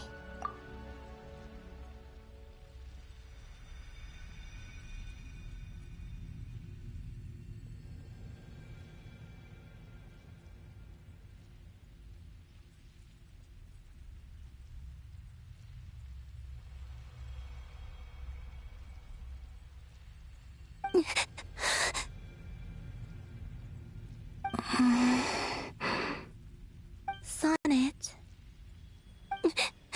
Yes? Don't... I wish I could tell her not to give in to the abyss. Not to be afraid. But is this really what I should say at this moment? Don't forget. I'm so glad to have a big sister like you.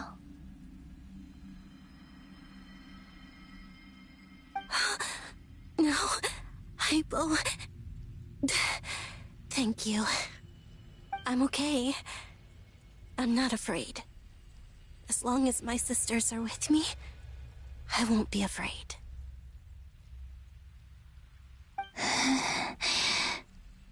It looks like this is goodbye, sisters. Goodbye, Columbina. Take care of this world in our stead. I will.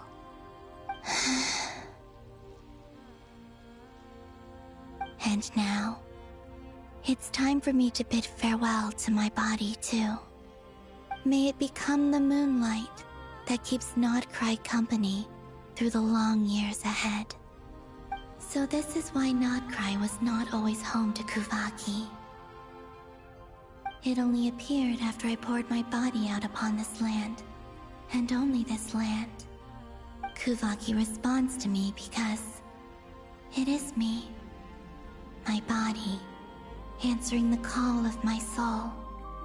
And the golden energy I've encountered on my way here was, in fact, that very soul, which I am about to leave here to guide me.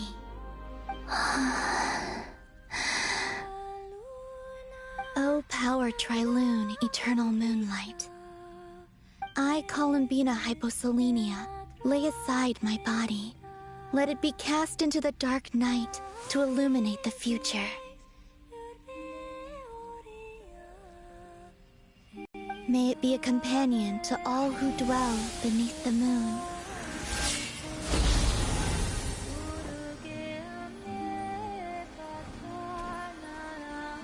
Until the time comes for me to return home.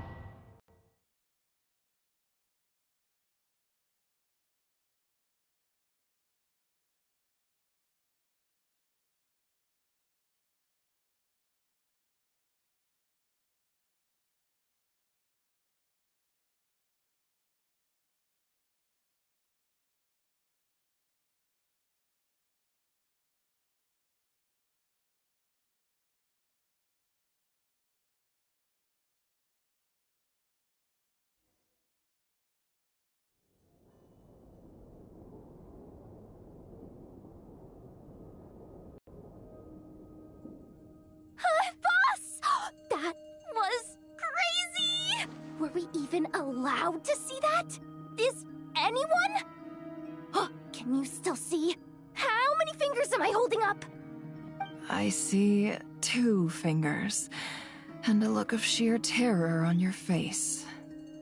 Truly astounding, Miss Nefer. Your eyes have glimpsed the very ends of the world, and yet they remain as sharp as ever.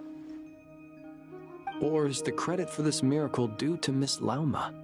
It seems that even time itself is no match for your medical skills. Surely you jest, Mr. Flint. I suspect we have Columbina to thank. She must have realized the immense toll that the ritual would take and purposely set aside some of her power in the past to protect Nefer's eyes when this moment arrived. There is always a great price to pay for witnessing the truth, but it seems that this time, Columbina has shouldered that burden on our behalf. She chose the perfect method of getting a message to us. Though her eyes were always shut, she was clearly so perceptive. She knows us well. She knew exactly how we would think and what we would try. Despite being separated by time and space, we're seeing the same possibilities and seizing the same opportunities. We still don't even know if she's okay right now. But as long as there's a chance we can do something, we'll fight to make it happen. We'll get you back somehow, Columbina.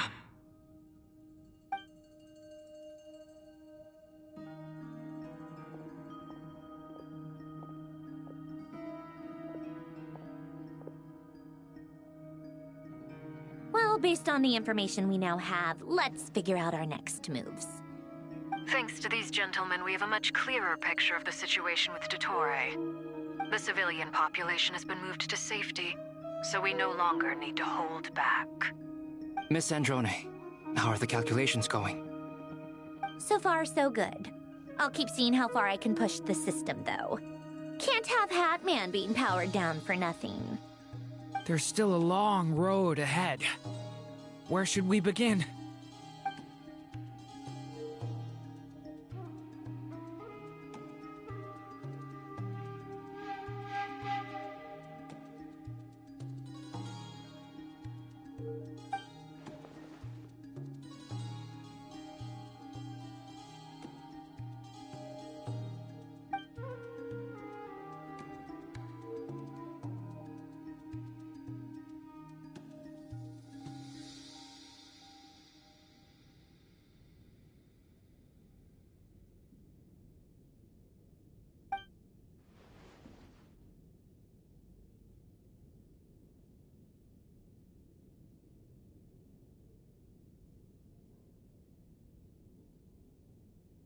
Our plan is clear. Time is short, so let's get moving. There's just never enough time, is there? Time is the bane of my existence. Ugh. Anyway, I'm gonna get back to work. All right, we'll do our part too.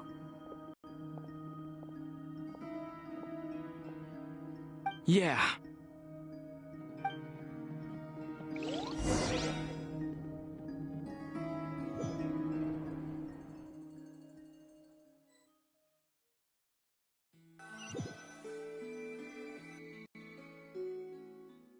Albedo's theory says that elemental energy can dilute the light realm's power. But I'm no expert in building elemental defenses.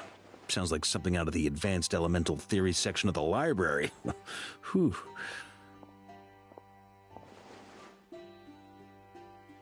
You seem quite troubled. Well, yeah. I mean, who doesn't get a little flustered when they're completely out of their depth? You were the very picture of confidence back when you approached the Hexen Circle. Eh, I could have been faking it through that whole meeting for all you know.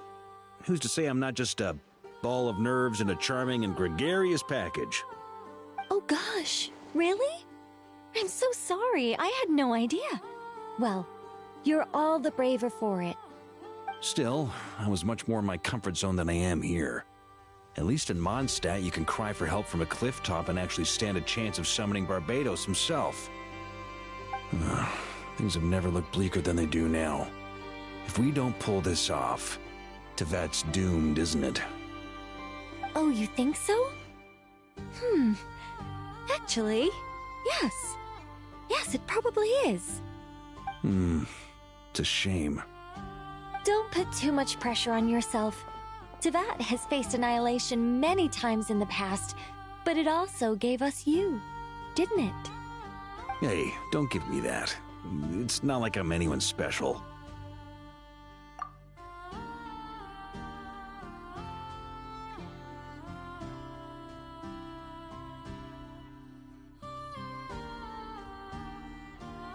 I disagree.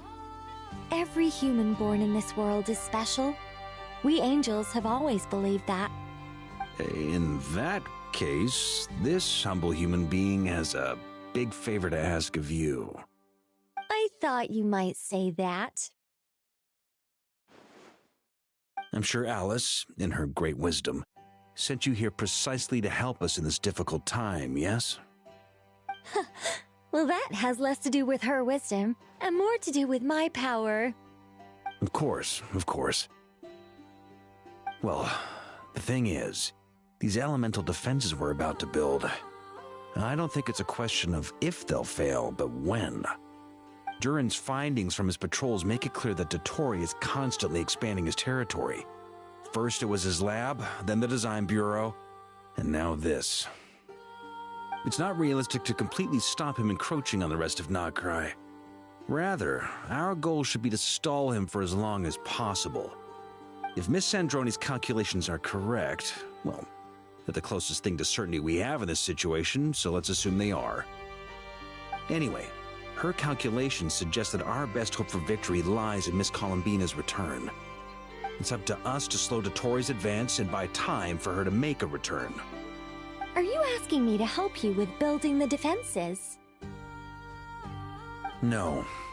I'd like you to prepare for what comes next. When he eventually reaches us, we will have to fight him. You were an angel once and a mage now. I'm asking you to lend us your protection. Oh. Can I take it that you're triggering the terms you fought for during our three-way talks? Well, technically those terms were about protecting Mondstadt. But if you're happy to agree to the change in location, then yes, let's do that. You're cashing in on this much sooner than I'd imagined. Well, yeah. The way things are going, I might not get another chance. Very well. The mages have heard the knight's plea, and we will respond. To tell the truth, Alice and I had already discussed how we might help you all, so I didn't come empty-handed. I always like to be prepared.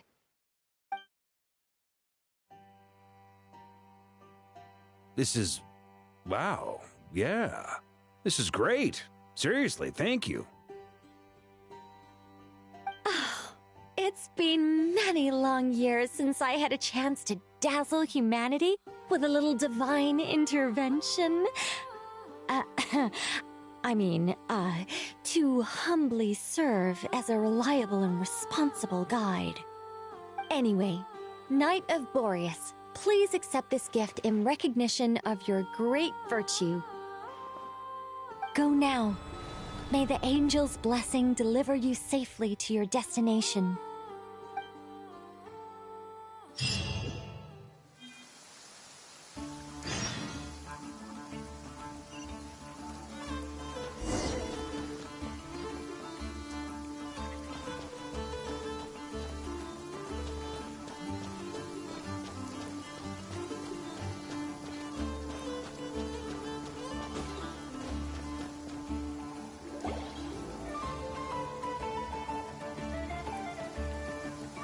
You're here. Sandroni! How are things going? Glad you asked. You two are about to become the first people to lay eyes upon my masterpiece. Or should that be the first person and the first, specter? Hey! Whatever. Come, feast your eyes on this. Wow! We've never seen something like this before! This meter displays the progress of my formula. Currently, it's still making the most important connections. Once it's finished running, I'll deliver it right to your side. And then, we can finally bring Columbina back. What do you mean, deliver it? Can't you just tell us over the Dodo communication device? It'll just be some numbers, right? Ugh, you're such a greenhorn. This isn't the kind of formula you solve in math class. It's a highly complex algorithm capable of constructing a framework of rules. Whatever. We'll be here all day if I start trying to explain it. All you need to know is the formula must be completed before we can bring Columbina back. I'll share the data with you. Nicole's agreed to let me use her information channel, so we just need to use the Dodo communication device like so, and... there. Now you can check in on my progress. Wow! Look at that! You're amazing, Sandroni! About time you recognized my genius. Took you long enough. Anyway, that's all for me. You should check on the others if you have time. Make sure we don't have any weak links in the chain. That might sound harsh to you, but close supervision is a common practice in the Fatui. Not looking to catch anyone out. I just care about everything going smoothly. That's all. I'm kinda stuck here while the formula's running, so I need you to be my second pair of eyes in the meantime.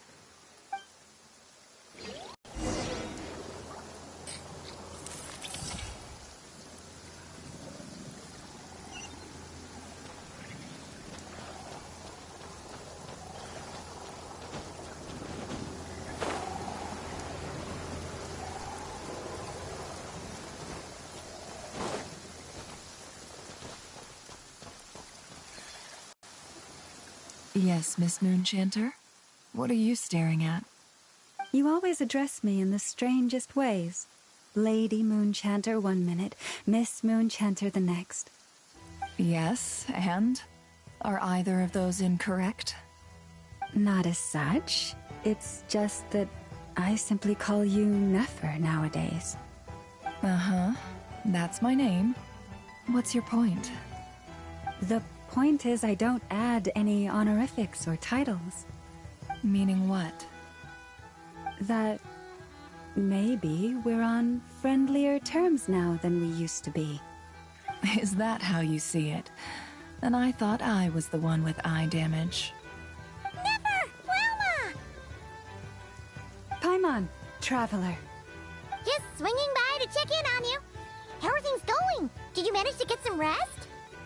Don't worry about me. I won't slow us down. And I give my all to ensure our victory. Ah, yes. Allow me to give you two a quick checkup. All done. You're both in good shape. You're welcome. You'll have your work cut out for you in this battle against Dottore, so make sure to get some rest in first. Paimon will keep an eye on him, don't you worry. I'm glad to hear it. Take good care of yourself, too, Paimon. Sure thing!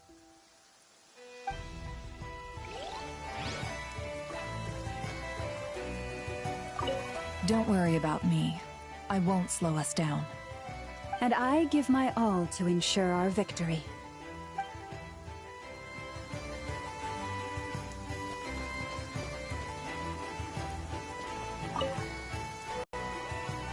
Traveler, Paimon, a pleasure to see you both. Friends! How's everything coming along? Fairly well, if I do say so myself. Personally, I am ready to confront Dottore head-on. Ooh, you sound much more serious than usual. To be honest, I am not usually fond of exercising my full strength. For one thing, it's hardly conducive to maintaining a low profile. Besides, I believe one should have the right to choose when to show their hand. I am conserving my strength until the moment of battle is upon us. Anything to boost our chances of victory. Seeing you get into the zone like this really puts Paimon at ease. Huh, Traveler?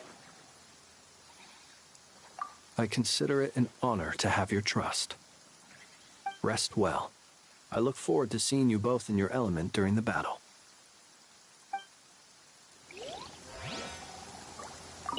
Rest well. I look forward to seeing you both in your element during the battle.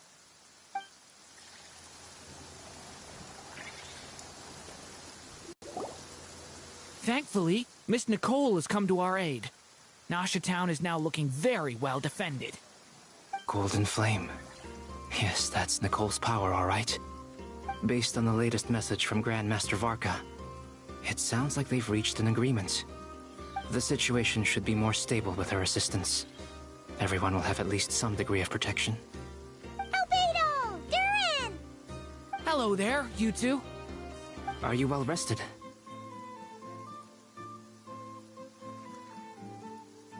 That's good to hear. As per the plan, Albedo and I will be in charge of Nasha Town. As Dottore's energy field expands, it's creeping ever closer in that direction. But we will do our best to hold our position. We fought side by side many times before, and always with great success. I believe this time will be no different. So don't worry about us. Focus on fighting Dottore.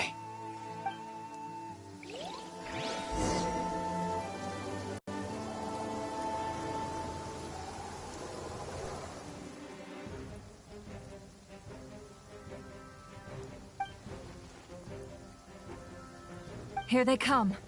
That's quite a horde. As we expected. Get ready, everyone! Take your positions, and prepare to engage. Let's begin. I'm at the ready.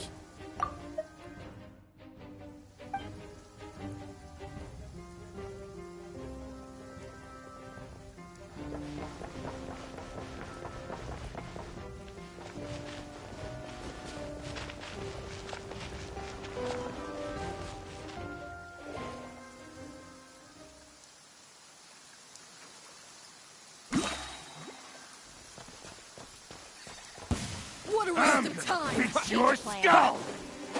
Wipe out! Be silent. To dust. Did it take too long? Another one? 5.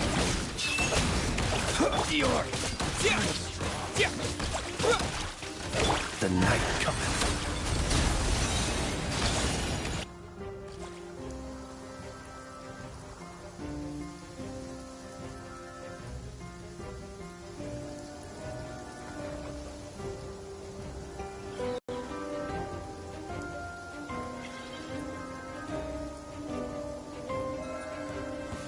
I'm gonna fix your skull! Can't hide the truth. These creatures cannot stand against us. Oh, fighting talk. Just don't let your guard down. That goes without saying. I'm hardly the risk taker in this group. Excuse me? It ends here. It all adds up.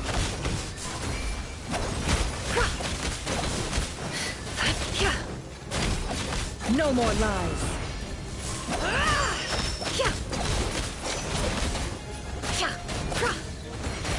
Can't hide the truth.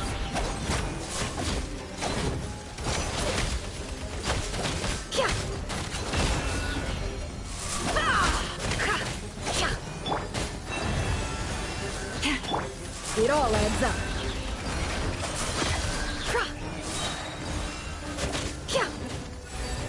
Seek within.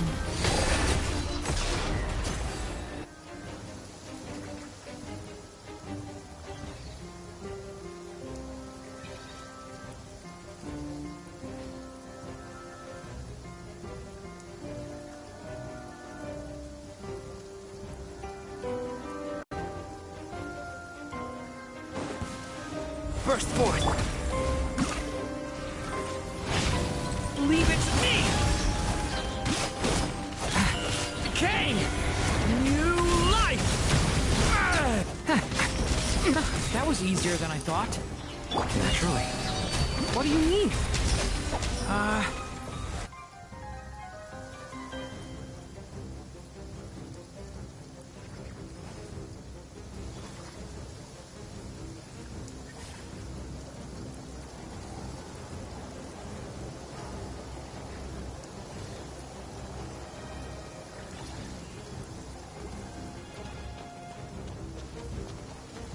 What a waste of time! Bombs away! Run while you Leave this place. There's nowhere to hide! No more lies. The mystery unravels. People have always used fire to drive away wild beasts. Wouldn't a lantern work just as well? You read my mind, my dear friend. I was just about to say that. All right then, dear friend. Bring the light!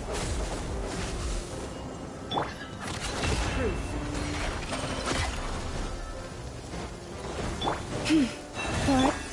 Water jet! Be silent. Observe.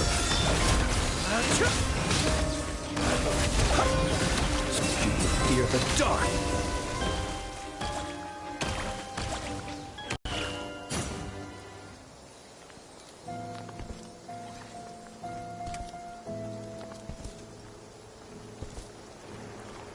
You're looking well.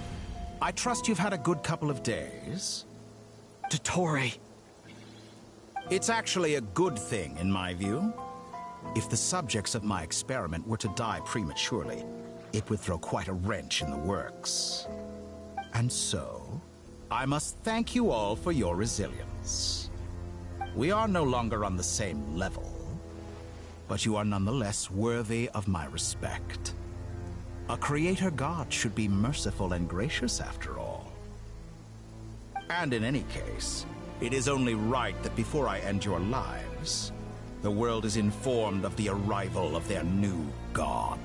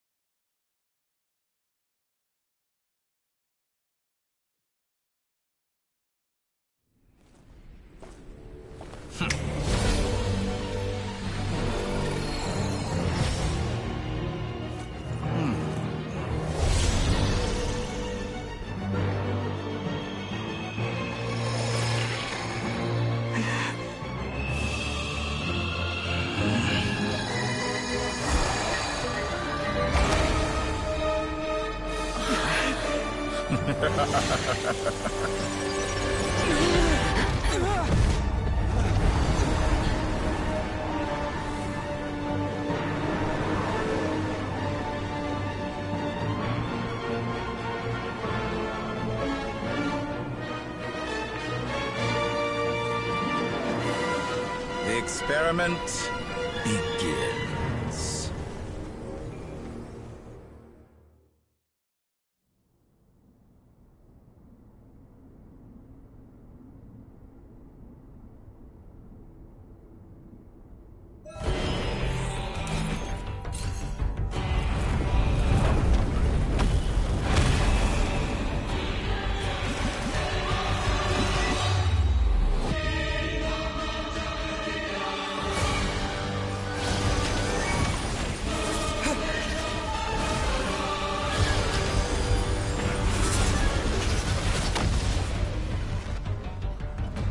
Pathetic.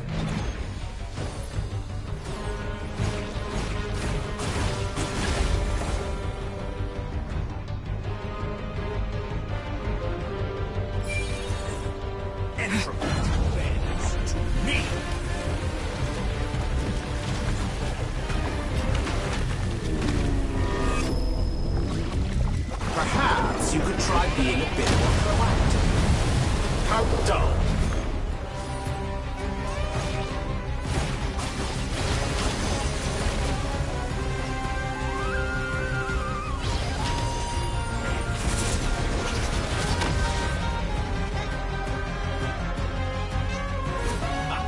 First, like an ant in my palm. Oh, I've been moved inside another space, and it's sealed off. Looking at the structure of it, it seems like Dottore intends to trap us here. There's no exit. Our endurance is about to be put to the test. To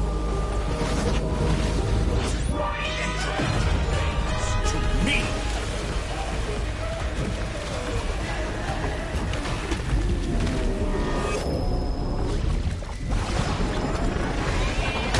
Perhaps you could try be pathetic.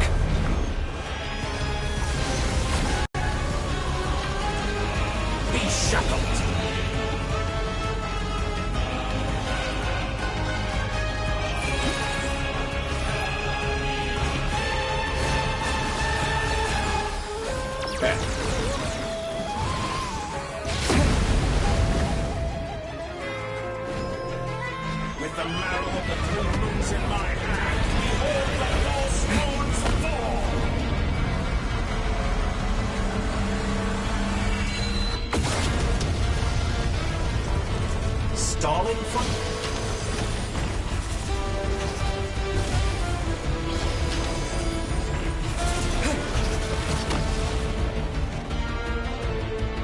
Did you honestly think that would hit me?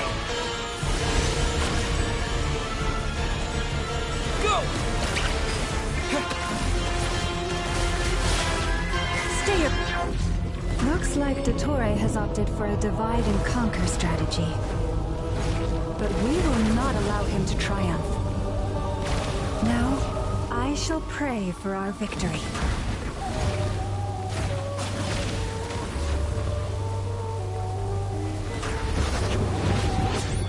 Entropy bends to me!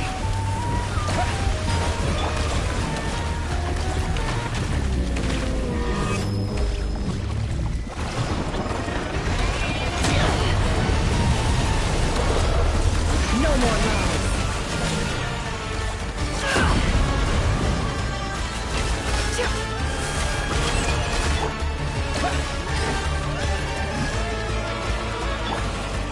The deception ends here.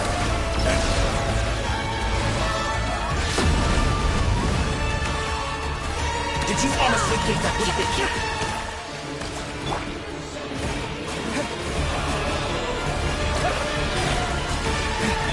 Moon's remnants fall! That's more like it. Some results of valor.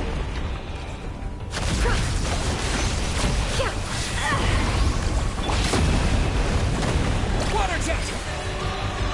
Be annihilated, that which cannot stand against me.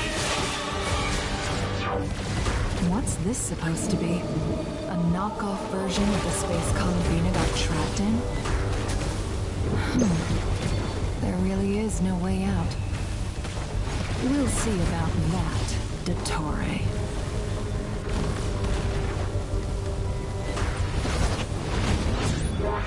My apologies, I had not intended to take your teammates from you. But you have a choice. Obey, and I can release them. An excellent deal, if you ask me. Won't you consider it?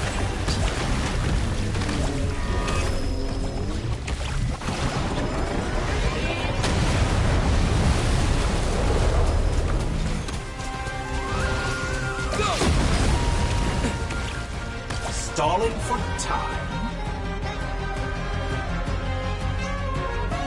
I'm aware you've been working on some little tricks to surprise me with, but it appears that none of them have come to fruition. My guess would be that you're trying to bring Columbina back. But then, where is Sandrone? Or are you trying to buy time for her? I always found their friendship to be a curious phenomenon. Two highly incongruent personalities, and yet they share a deep connection. Speaking of Columbina, I once saw her as like a younger sister. We got along quite amicably while she was with the Fatui. But then one day she suddenly decided she would refuse to take part in any further experiments. To this day, I truly don't understand what I could have done to upset her so much. It's such a pity. I could have had a sister, a family. But alas, she grew to dislike me. You're not fit to be family to her. That I can't deny. So many people, all obsessed with playing out the same tired old dramas. This world is rotten to the core. And then there's you. You had every opportunity to reach the right conclusion. The thought of killing you off like this? But I maintain that I approached you in good faith, so I will offer you another chance. Will you work with me? You have until I count to 10 to make your choice. 1, 2, 3. Not in a million years.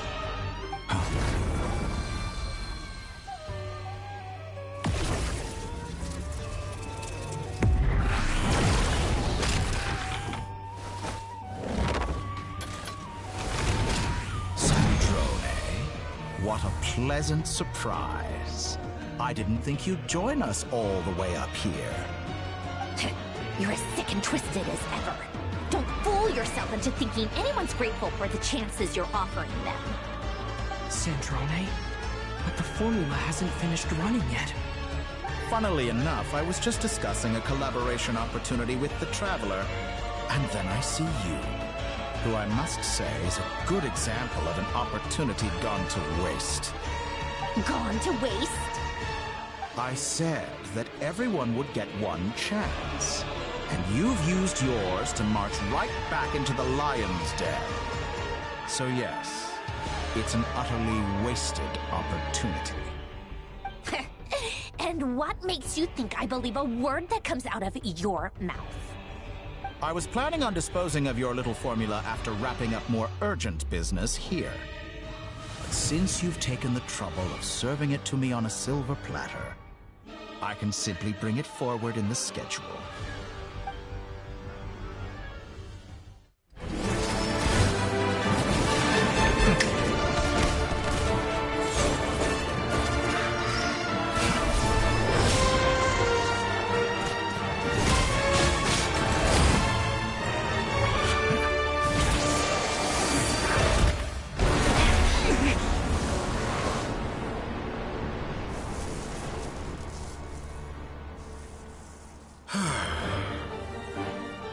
Is this your life's work? This piece of trash?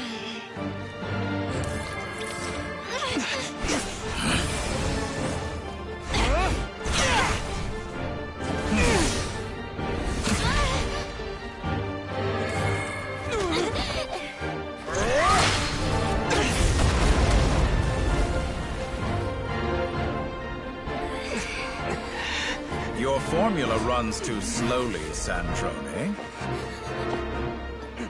You put your hope for success on others instead of fighting dirty. That is why you have failed. Now, whom should I slay first? Any volunteers? No one? How nice of you to leave the decision to me.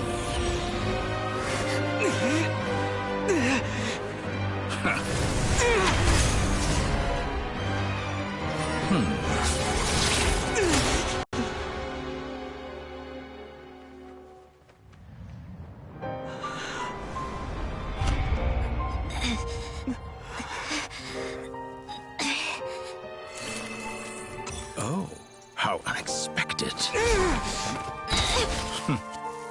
Sandrone, any last words for me, comrade?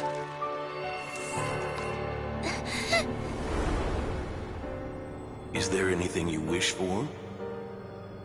Not really. But I've always known what I don't want. Go to hell, Dottore.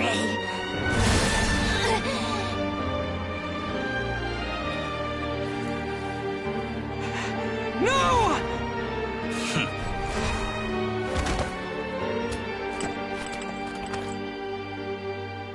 And now, you have failed.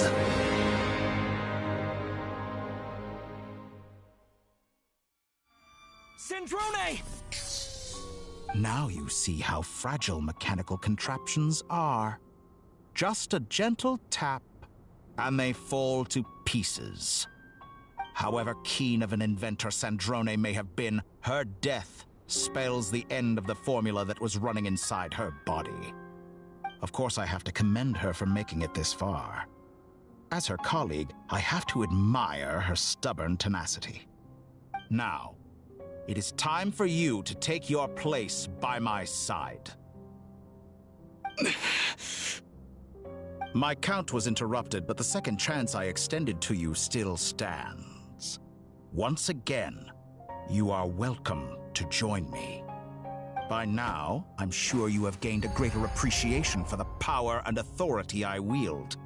What is stopping you from embracing a new world of endless possibilities? Not in the mood to talk? As you wish. You seem less talkative than usual today. I'll change the topic to something more apropos. Sandrone was always like this, never trusting anyone, always so reluctant to share her research with them. Objectively speaking, she had her strengths. It is remarkable how she extracted and even optimized the world formula from so much data. But her inability to trust was her undoing. Had she allowed someone else to monitor or run the formula for her, you might still have a chance at victory even now.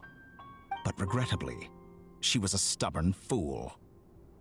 As much as it pains me, she had to go. Dottore. Maybe this is news to you, but people can change. Columbina surprised you when she escaped. And I think Sandrone would surprise you too. Change? You can twist the truth however you want, but I see it clear as day. You're the one who can't trust other people. Is that how you see me? By this point, what can you hope to do about it?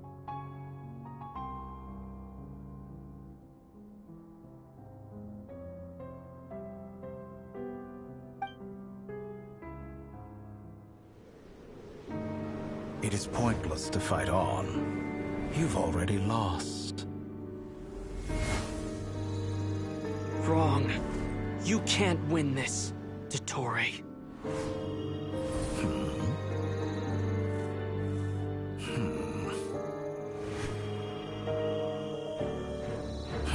What?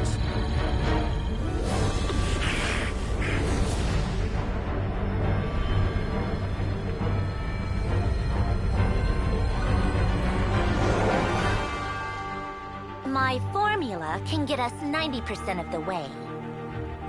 It will connect you to Columbina. Then, I will bring the formula's output to the Traveler's side.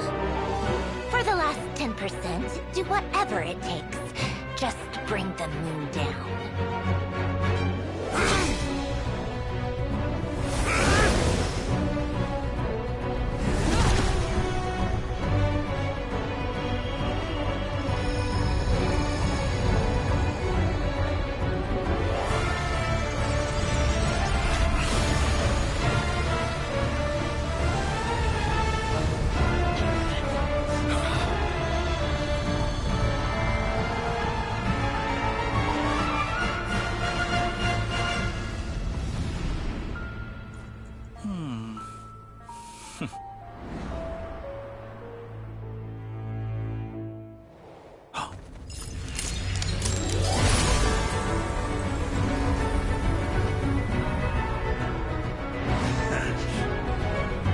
The moon will never be yours!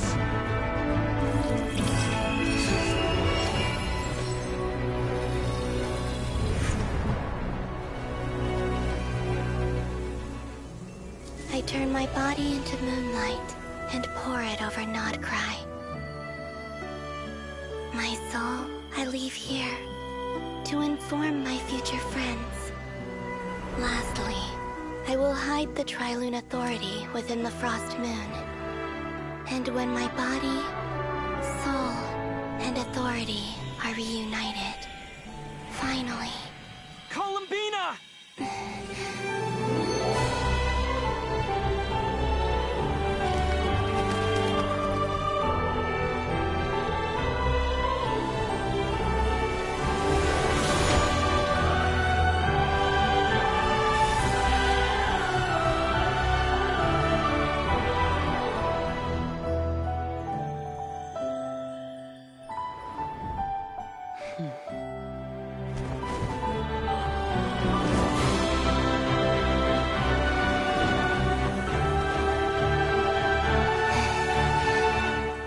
It's been too long.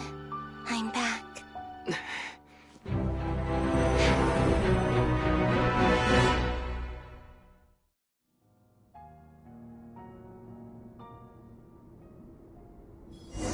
Stay focused on the battle, Traveler. That's more like it. What a touching reunion. Though I personally find myself repulsed by the sight of weaklings huddled together for warmth. Now, you're quite finished patting yourselves on the back. Show me how long you can struggle before you drown! Watch out, Columbina! He can manipulate space itself! I know. Wait for the right moment. We'll strike together.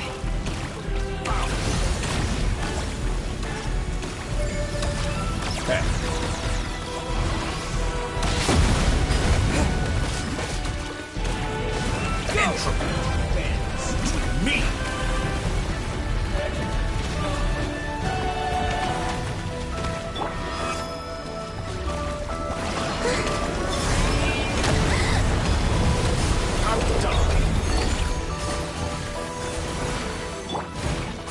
Moon's remnants.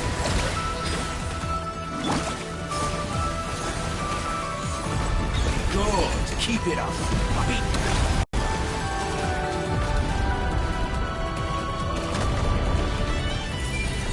Enough. First. Go. Ant in my palm.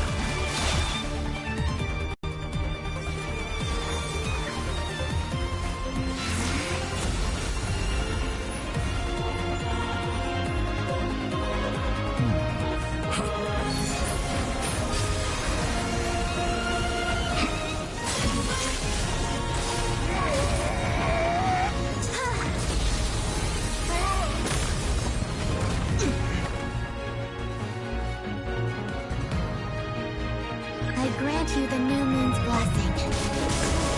The new moon shines upon you. I am growing weary of your stuff. It's over, Dottore!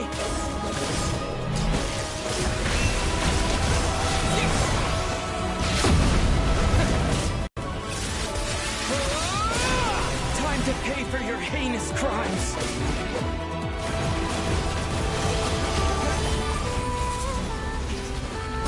No longer must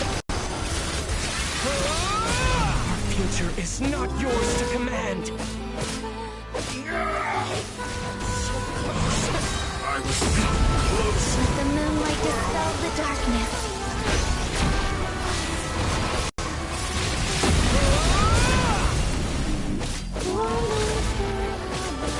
So you'd rather wallow Everlasting as the moon.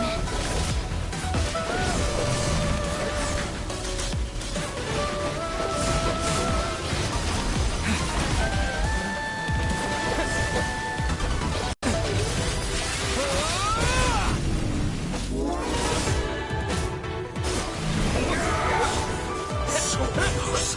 I was so close to the new world.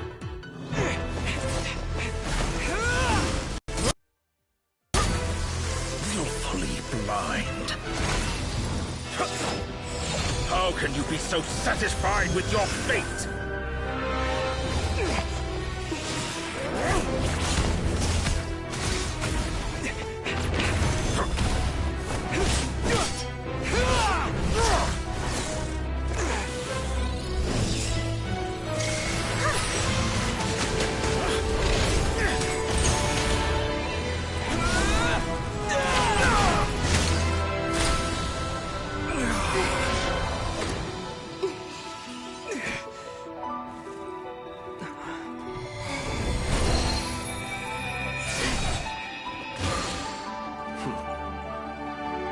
This battle was never about fate.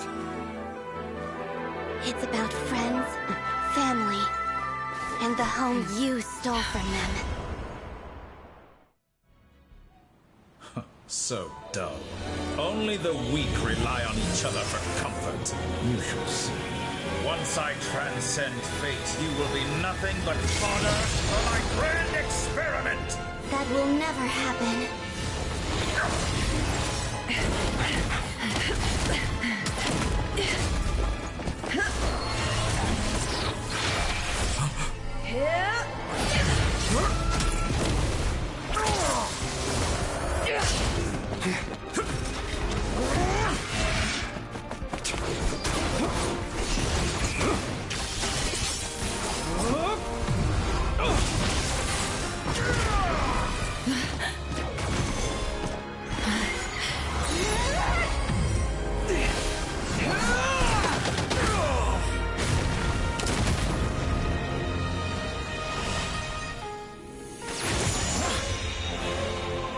Today, the moon lights up this world once more.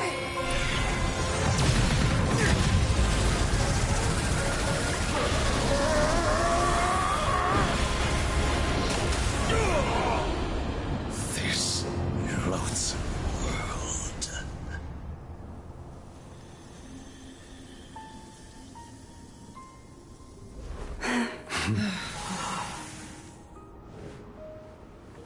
No.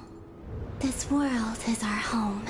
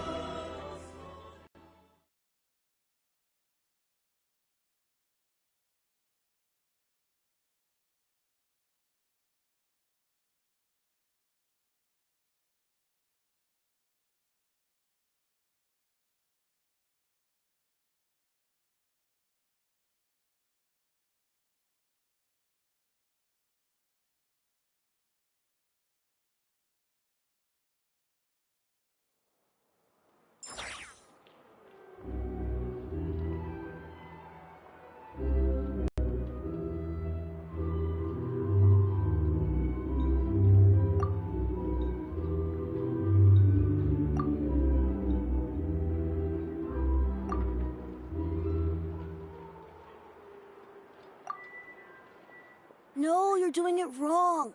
The moon looks like this now. What are you drawing, children? The new moon, Mom! It looks different than before, doesn't it? Also... Can I go buy a sugar sculpture today? Please? Just one? All right. I suppose today is a special day after all. Almost like a festival.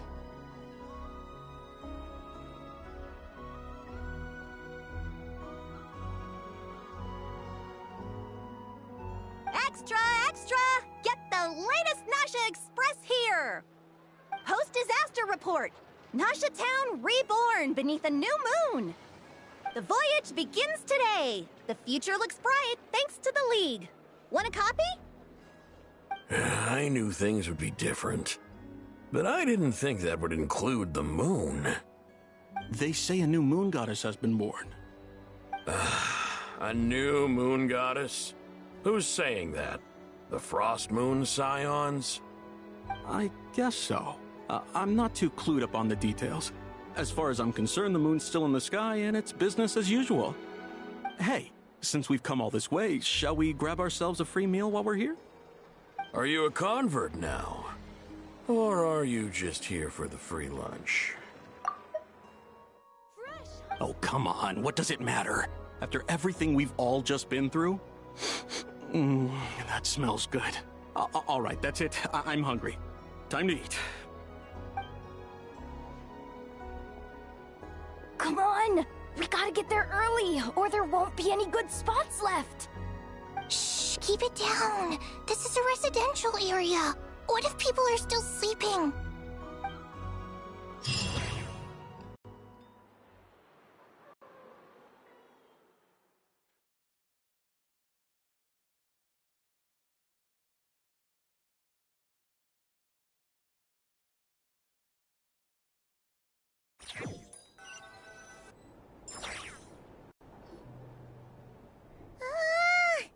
Why is it so noisy outside?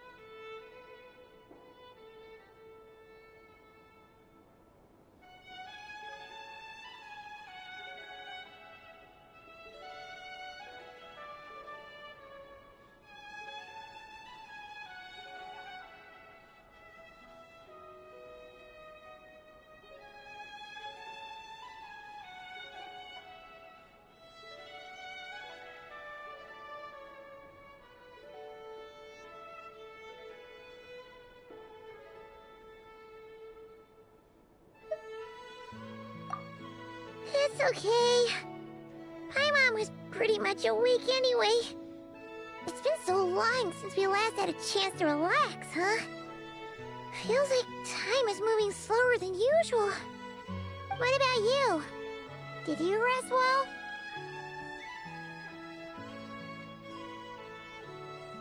Still winding down from everything that's happened? Or are you wondering how our friends are doing? Or is it about what Dotori said to you?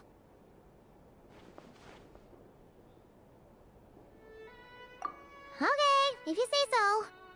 But don't push yourself, alright? Let Paimon know if you need to talk. What we just went through was a lot. It's totally normal if you need some time to get back in your groove. Luanatar disappeared after Columbina came back. Apparently, she was part of Columbina's soul or something. Still, Paimon kind of misses Luanatar somehow. But anyway, you did great. So did Paimon. We all worked our butts off to contain this disaster, and in the end, we made it. So, chin up, Traveler. You should be proud of yourself. Hey, don't poke fun. You should be glad that Paimon's growing as a person.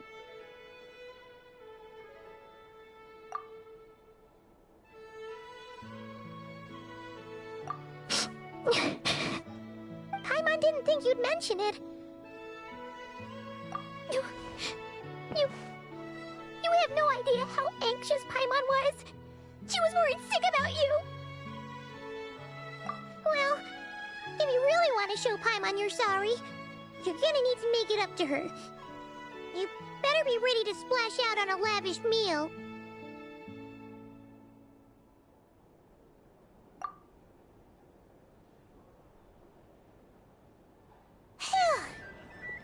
Okay. Paimon's full now. Huh? Oh, well...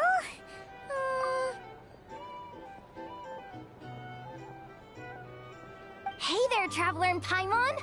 Good morning! Morning, Yehuda! Here for some breakfast? Oh, I've already eaten. Just need some water. I was mostly worried you might forget what day it was today. So, I came over to remind you. Careful there, Paimon. Too much food will make you drowsy. Don't let anyone catch you hiding at the back and nodding off during the League meeting. You should probably be saying that to Aino. She's the baby of the group, if anyone. True. You know, I'm surprised that all these competing groups are actually coming together to try to solve things together. Definitely a first for Nodcry. Well, nothing like a region-wide calamity to bring people together. After that, surely even the most self-interested people have to realize that going it alone isn't worth the risk, right? Try telling Boss Neff that. She's not exactly convinced that people are gonna get with the program. Really? But if she's so pessimistic about it, why'd she agree to be the Curatorium's representative in the League? Probably 'cause... even though Unity sounds like a pretty far-fetched idea, the benefits it would bring make it worth a shot. I think things will work out, though. I swear, Nodcry feels like one big family now with everything that's happened. More than it used to, anyway. Paimon's with you on that one. And it seems like plenty of other people agree, too. Just listen to the bustling streets! All right. Everyone's been rebuilding these last 2 weeks, and the evacuees have been coming back in droves. Life's slowly returning back to normal. Which means my workload's probably gonna shoot back up. Were you about to head out? There's still some time before the ceremony begins, you know. Yeah, we were gonna take a stroll around the square and say hi to some friends first. Sounds good. See you later then.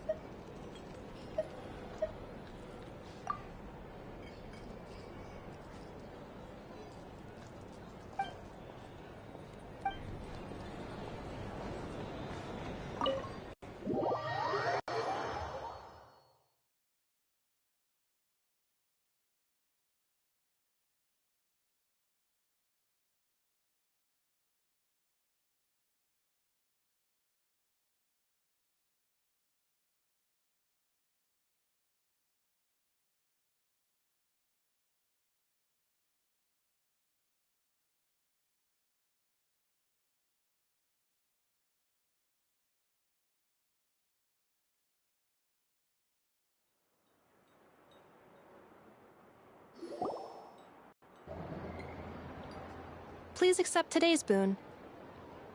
Have a nice day. Are Paimon's eyes deceiving her? Or is that Inefa handing out food for the Frost Moon Scions? Hello there. Would you like a feast of the moon, along with some snacks of the day? So, what's new, Inefa? It was only a few days ago when we last saw you, but it looks like you've joined the Frost Moon Scions in that time. And I know too? What are you talking about, Paimon? We're just here to help. Duh. In the wake of the disaster, it's all hands on deck. We responded to Lama's request for support. At times like these, the smallest good deed can inspire others and help them through the hard days ahead. And we're using eggs and heating tubes to make that a reality. In true Krumkake Craft Shop style! Enough! Did you hear that? The Traveler said I did good. The Traveler! That's because it's true, I know. Proposal. If you can resist eating today's dessert, I will provide you with compliments, too. No way! Well, that proposal got shot down quickly. I need something to get me through the hard times too, you know. Mom! Yes, dear. Go right ahead. Excuse me. Could I take a photo with the robot lady? She helped us get safely out of Notcry, and she helped us get back home too. She's the best. Of course she is! And since I'm the whiz kid who built her, that makes me even better than best, right? But you stole my snacks, though. Oops. Shall we move to the open space near the center? The view there is better. Thank you!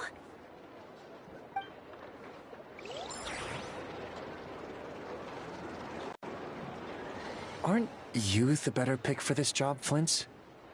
You underestimate yourself yet again, Master Ilua. Not at all. I rarely come by Nasha Town. I don't know any of the big shots here. All in good time. Socializing is a step-by-step journey. But you're much further ahead on that road, aren't you? You're not seeing the full picture. You know the truth now. My friends do not understand my habits. There is no question about it.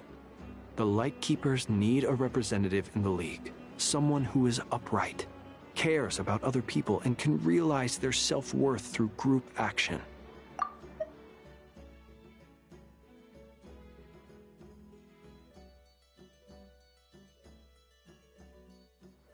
You say it like you wouldn't make the cut.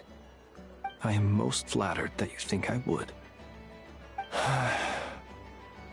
Sigh a little less, Master Ilua, and have more faith in yourself. All the Lightkeepers agree that you're a very promising young man.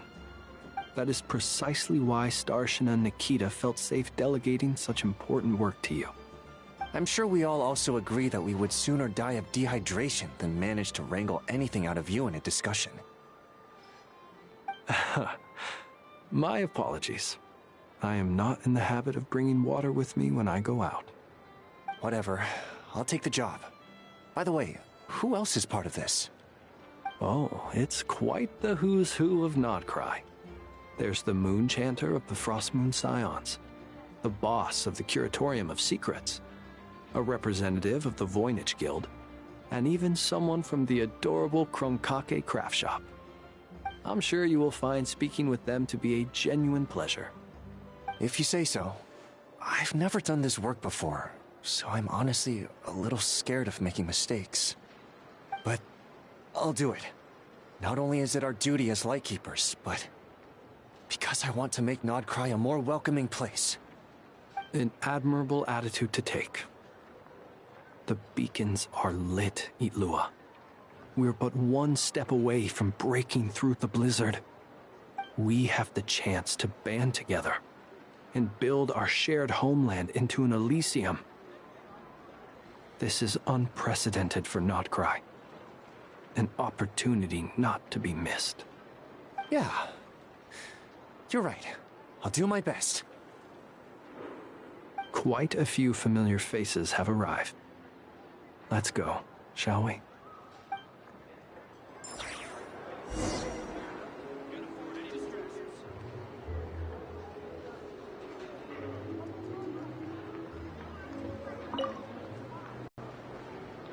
You look so cool when you fly, Miss Robot, and when you use your spear, too! And even though you took my snacks, it's pretty cool that you can build stuff like this. You've got so many inventions. It's amazing!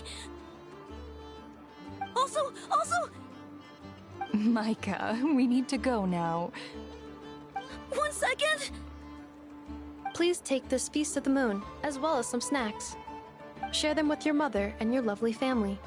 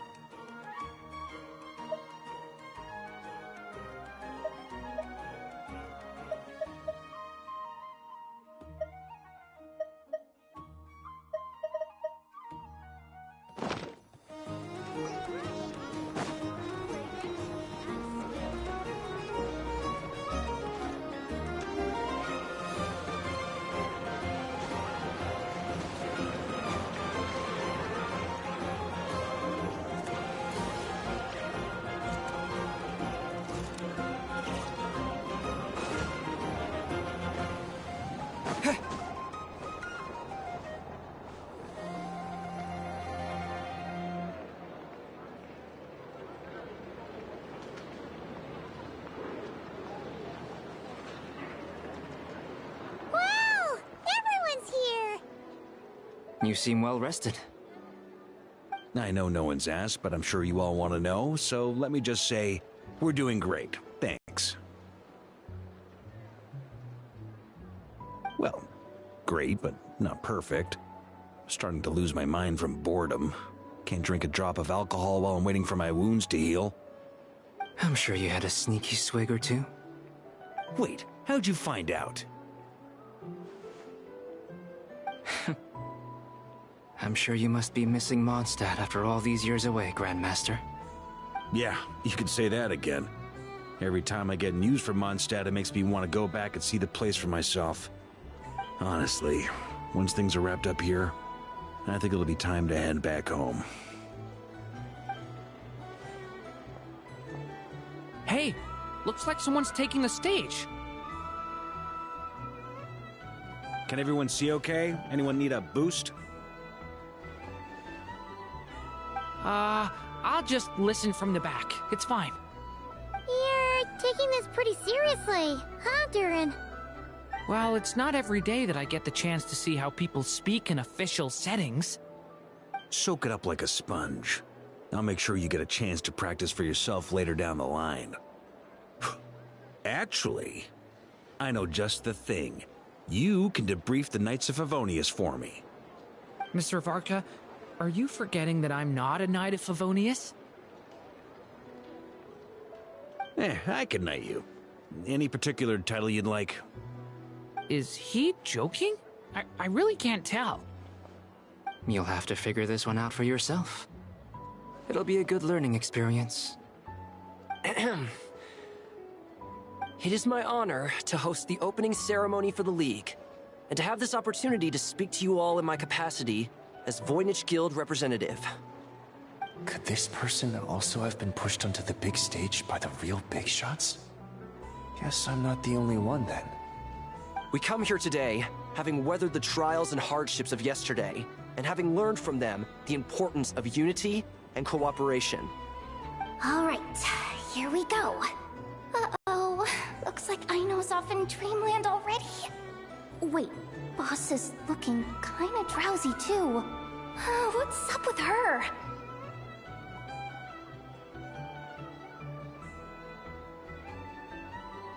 Come on, get this speech over with already.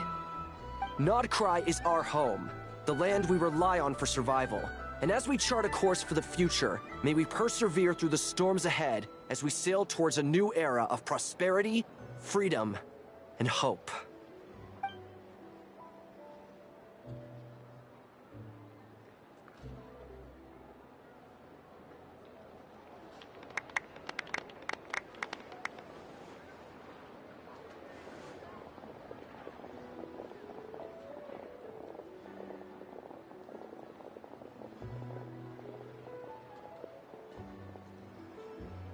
Looks like we'll have more opportunities to travel in the future.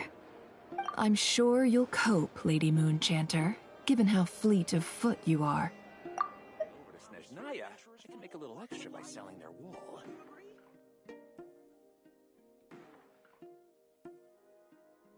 Unfortunately, I suspect I'll be too busy at the curatorium to act as your host.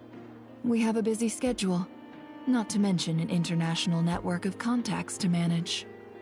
It'll be all right. I'll just check your schedule with Yehoda well in advance. And if she's not available, I can simply ask Ashru. You... So giving my employees extra workload isn't enough for you? You're really going to drag my cat into this too? I thought you'd approve. Aren't you forever increasing your employees' workloads? That's a bold statement.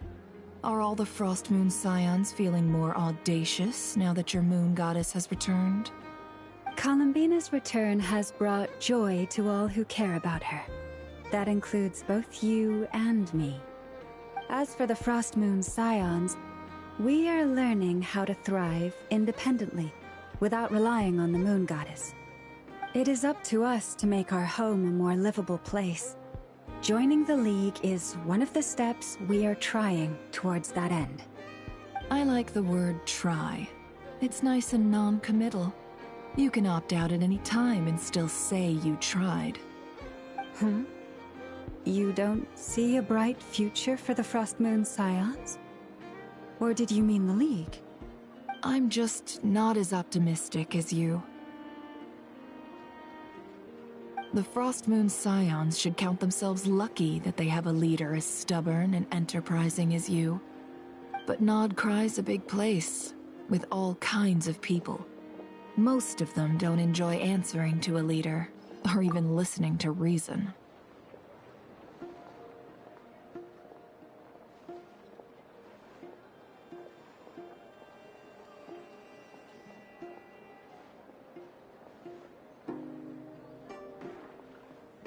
Well, that's where you and your methods come in. Unless the Curatorium of Secrets is only here for appearances. For now, yes. And that won't change until this venture becomes worth my while. What would make it worth your while? Getting out more than I put in. Right now, I'd barely break even. But I'll grant that it's a good start for Nodcry. Then maybe it's worth a try. All right, you can stop now. Or do I have to join the Frost Moon Scions before you'll get off my back? You'd be very welcome to join us. Hey, you two! Congrats on all your hard work! What are you chatting about? Nefer was trying to dissuade me from adding to her employees' workload. Also, she's considering joining the Frost Moon Scions. Sorry, what? Your conversations are always the most interesting. Would you two care to join me for some tea before heading to your next destination?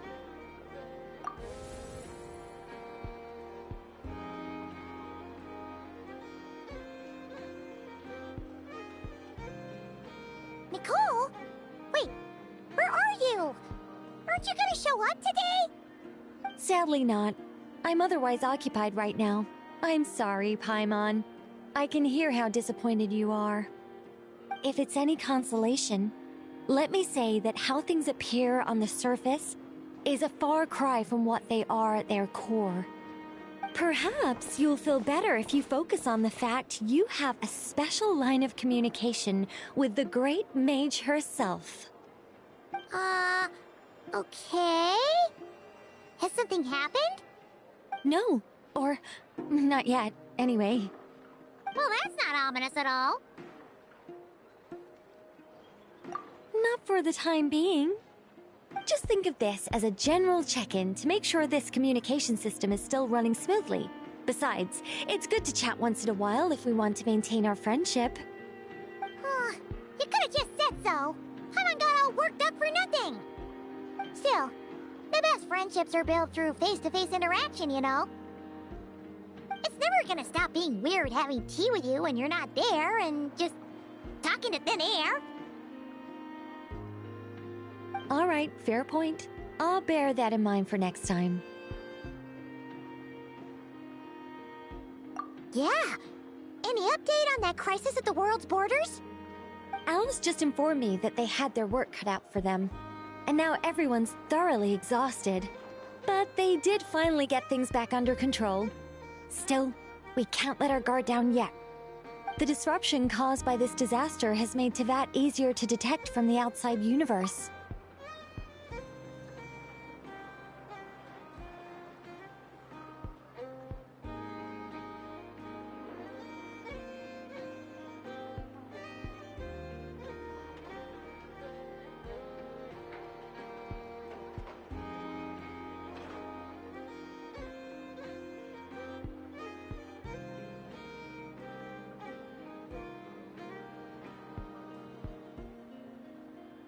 She plans to wait for things to stabilize, then reschedule her Mondstadt vacation plans. As for me, I agree with Hat Guy's perspective. This is a time when many new variables are emerging, and the situation is changing constantly. Plus, most of this change is for the worse. We have to remain vigilant and ensure that the embers of chaos are not rekindled. I did notice that the energy in Nodcry changed somewhat after the War of Funerary Flame, but since it was still aligned with the Light Realm, I never gave it a second thought. It looks like I'll have to examine the connections between phenomena I observe more closely in the future. Just doing my duty. It's more or less second nature by now. Of course. To give you the full picture, I'd have to start with the substance from which angels were formed. Never mind. Paimon's right. Showing off my knowledge would be much more satisfying in person. By the way, you did receive the gifts from the Hexen Circle, yes? I'm not trying to claim credit or anything, but my pride demands that I at least mention it. They're quite similar to the protective talisman that Alice gave Dory, but with some very special enhancements. Oh! So that's what kept our friends safe when Dotori trapped them. Indeed. We went to great lengths to make sure they were invisible to his eyes. I'm so happy they came in handy. Still, not fishing for gratitude, by the way. I just want you to be aware that sometimes your friends may be protecting you in ways you cannot perceive.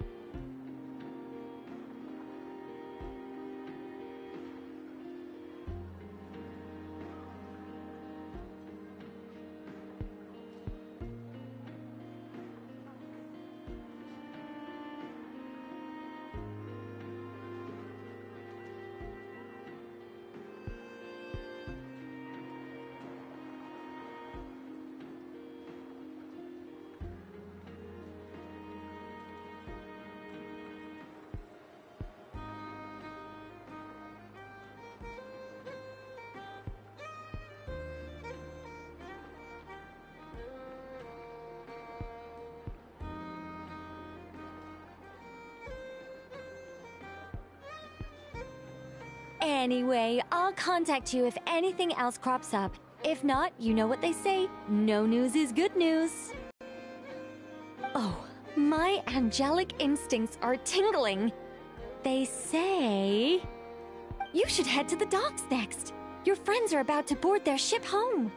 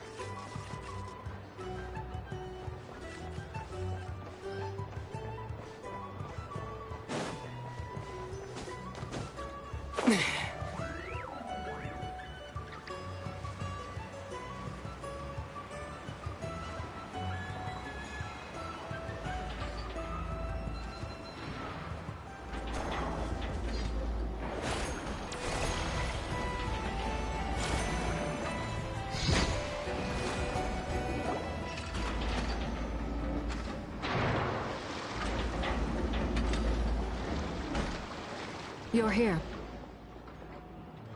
You're here too, Hat Guy! Are you heading back together? No. I'm bound for Sumeru, and she for Fontaine. We just happened to cross paths at the harbor. Everything seems fine. Sandrone may have an abominable temper, but she's always been very responsible with important calculations, and things entrusted to her by valued friends. You always speak as if you know us inside out, Mr. Hat Guy.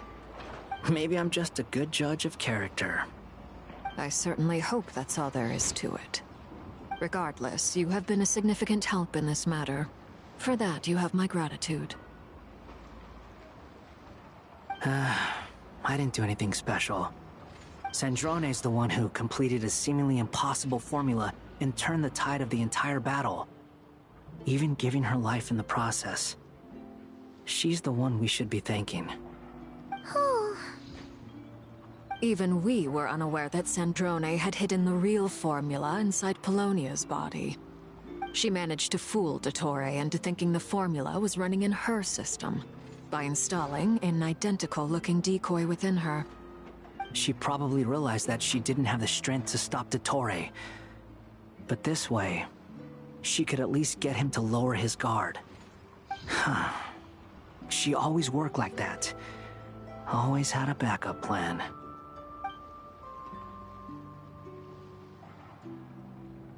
Well, that's why I'm traveling to Fontaine. She made a request of me long ago, and the time has come to fulfill it. Think of it as her will. She said that should she ever fail in a mission, she'd like me to deliver her core and Polonia's to the Fontaine Research Institute. She also mentioned that she had made arrangements for people there to set her affairs in order. Some of her personal effects, such as her notes, were left to me. I've decided to take them back to the House of the Hearth. For safekeeping, primarily, but also as mementos, I suppose. However, there is one book among them that I'd like to leave in your care. I'll have someone deliver it to your residence at the flagship at a later date. No, I was specifically warned not to tell her. This is her last wish, and I will abide by it. I can only hope so, but none of us here can know for certain. I bade farewell to Columbina earlier today. As promised, she turned the iridescent moon's marrow over to me. She spent a long time with Sandrone's body, saying her goodbyes. Oh, is she alright? Sandrone's passing has left a great wound in all of our hearts. It will take time to heal, but Columbina surprised me. She offered me some words of comfort before I departed. Despite being grief-stricken herself, she showed an awareness of the feelings of others around her. She never used to act like this. Clearly, she has grown. And I suspect that we have you to thank for much of the change we are seeing in her. Huh. After these recent events, the Tsaritsa has revoked the Pale Star Edict. Snezhnaya now realizes that the arrest warrant for Columbina was just a ploy by Dottore, who coveted her powers. I shall return to Nodcry to see her as soon as I find the time. I hope that from now on, she too will explore more of the world.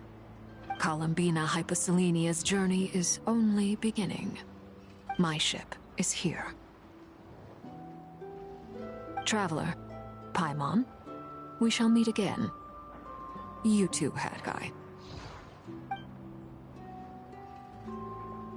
What are you still bumming around for? Isn't Columbina waiting for you? I thought today was the day you'd agree with her to go find out the truth about your sibling.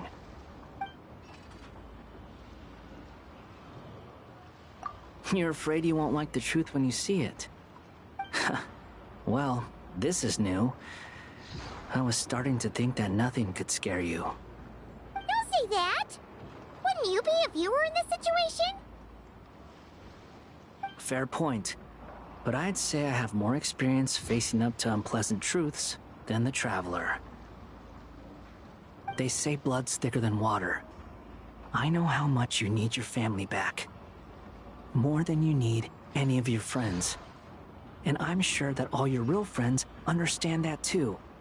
No matter what the truth turns out to be, they will stick by you and support you, whatever decision you make. Finding the truth is important. But more important still is what you choose to do once you've found it. At least, that's the life lesson I've learned from my experience, grappling with the truth. What? Now that Dottore's dead and gone? A little, I guess. But it hasn't solved everything. Maybe I regret not getting to end his life with my own hands. Or maybe it's something else. But for whatever reason, I still feel like I have a chip on my shoulder. Either way, I'm going back to Sumeru. Lesser Lord Kusanali is gonna need help dealing with all the chaos Dottore left in his wake. Not just from this incident, but everything he did in the past, too. You should continue with your journey, as you've always done. Who knows? Maybe we'll meet again someplace else. What should we do now? If you want to explore a bit more to steady those nerves, Paimon's game! After all, when Columbina said she knew where your ship was hidden, Paimon promised to give you two some alone time with the truth. It hasn't been all that long since we were last apart, sure, but with Columbina there, Paimon's sure things will be just dandy.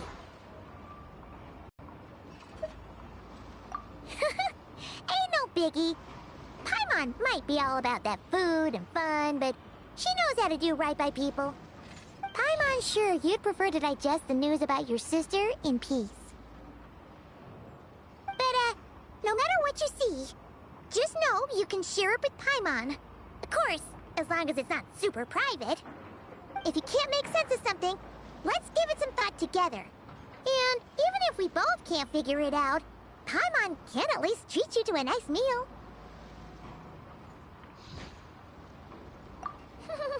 Glad to hear it. Feel better now?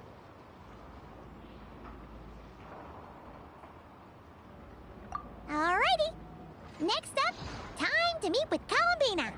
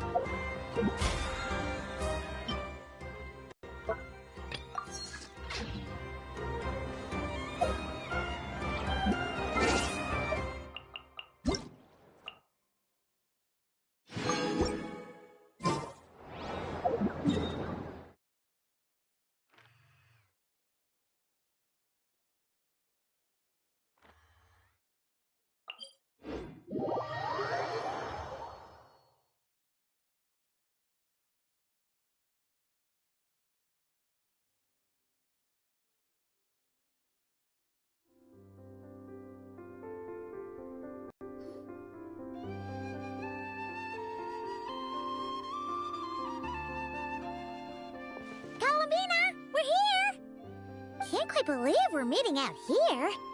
We're gotten used to walking over to Silver Moon Hall whenever we go see you. Well, you're still welcome to go there whenever you want to see me. It's just, now that it's all over, I've decided to make some changes. Try and fit in with the Frost Moon Scions, like Llama suggested.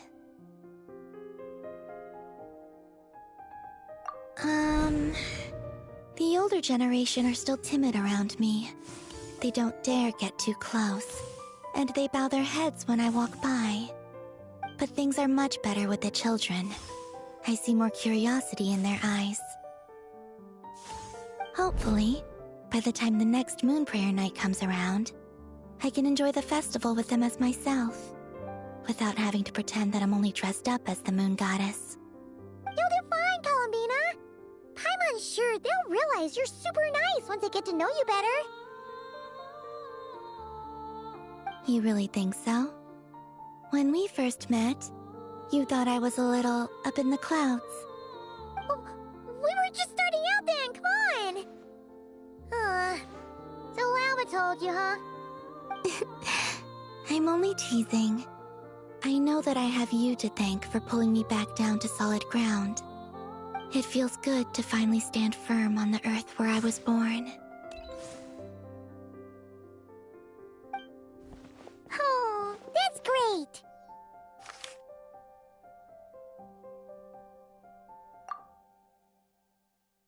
Thank you. I'll make sure not to lose it this time. Well then, are you ready? Lumine, what happened to our spaceship back then? Why did you leave? It's time to learn the truth at last. Ready as I'll ever be. Good. Then let me open the way for you.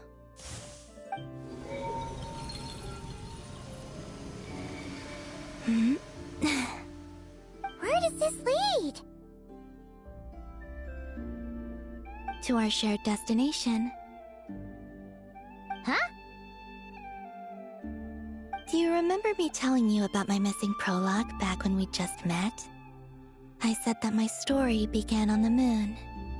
But while I was inside the moon's reflection, I realized that my prologue was really hidden in the future. I just had yet to discover it at that point. The story of the time before I was born was in fact the story of my distant future. It's truly fascinating. But when I obtained the Trilunar Authority and returned to our present reality, I sensed something I hadn't expected. Your prologue. So you mean... Yes, your spaceship. All this time, it has been hidden on the Frost Moon, which lay beyond the sky.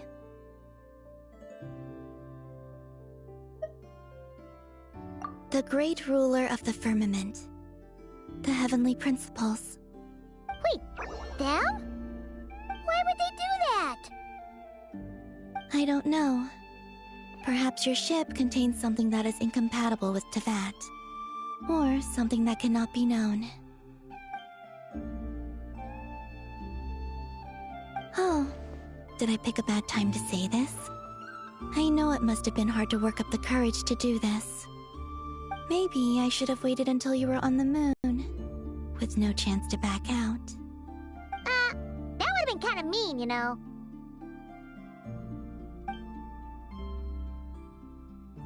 Take me there. Oh? Whatever is hiding in that ship, it belongs to me and Lumine. Those memories belong to us. No one else has the right to decide whether I should or shouldn't know about it. Not even the heavenly principles. Very well. Then let's go. You two take care, alright? And don't forget to come back soon! Rest assured, Paimon. We will. Traveler, after you. Thinking about the story that we'll find hidden on the moon? Yes. And hoping that it has a happy ending. Stories like that don't exist, you know? You don't believe in happy endings? I don't believe in endings.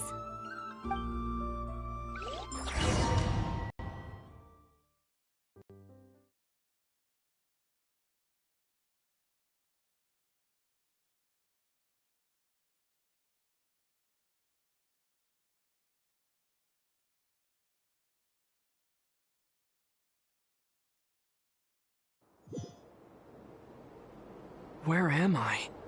This is the pathway I built between Tevat and the Frost Moon. The moon is very far away from us, so it could be a long journey.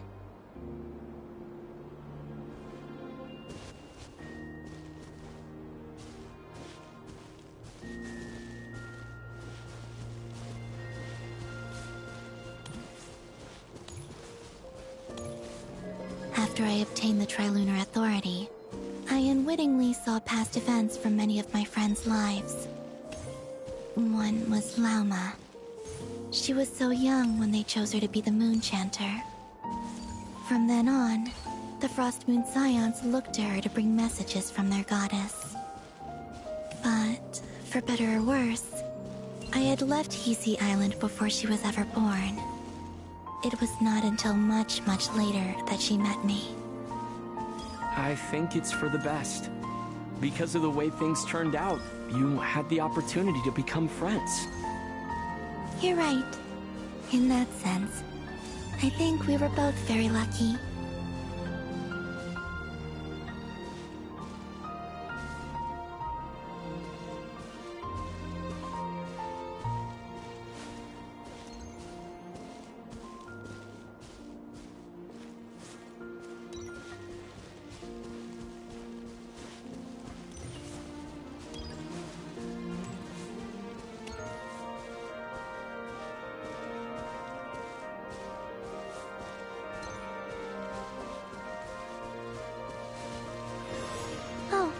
And about that mage, Nicole.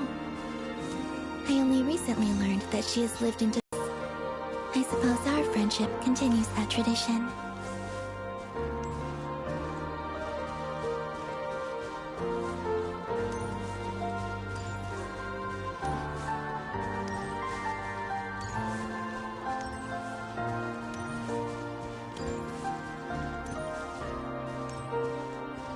And then, there's Sandrone. I never knew that much about her, beyond the fact that she was created by someone called the Lord Artificer. She, too, suffered for a long time before joining the Fatui.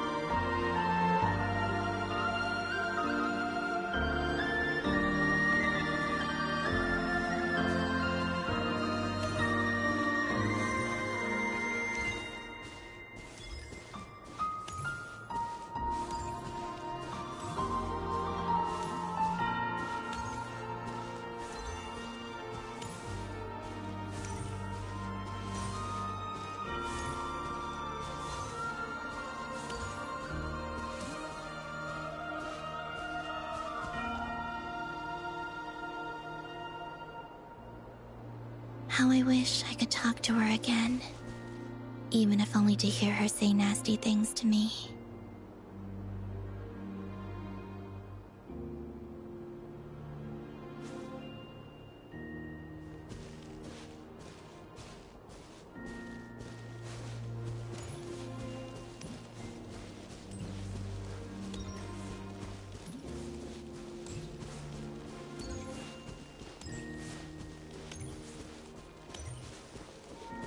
Also, I saw your sibling's story.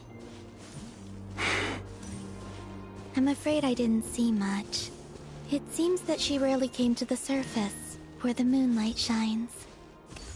But I did notice that back when you first set out on your journey, she would often appear nearby, gazing at you from afar with a guilty look in her eyes.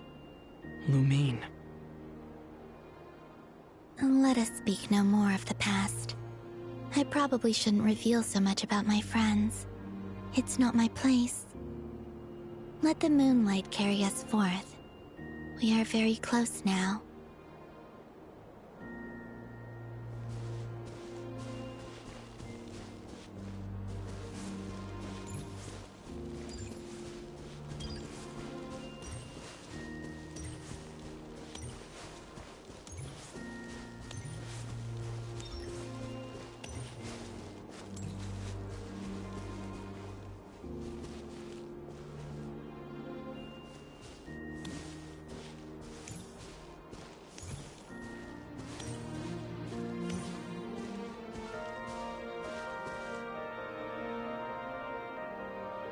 After this, I'd like to bring some kuhenki to the moon as well. If they're willing, of course. What about your other friends? Will you bring them to visit too? Certainly. But I'll need to tidy the place up first. This home hasn't received any guests in a long, long time.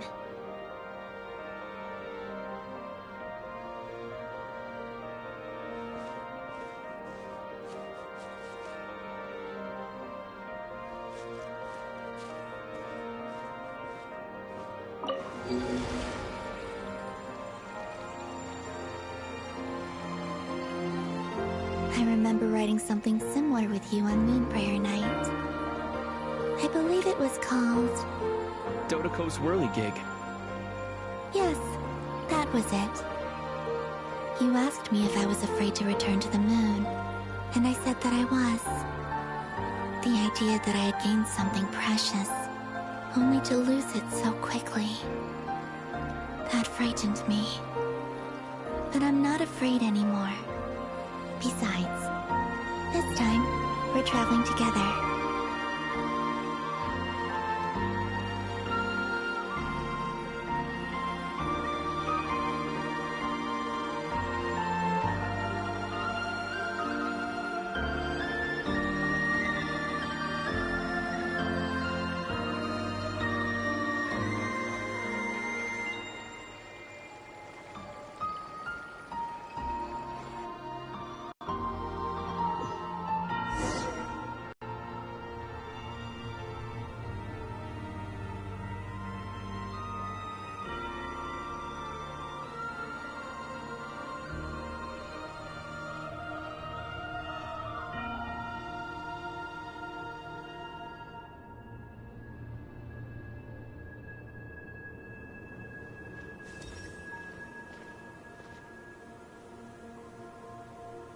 We're here.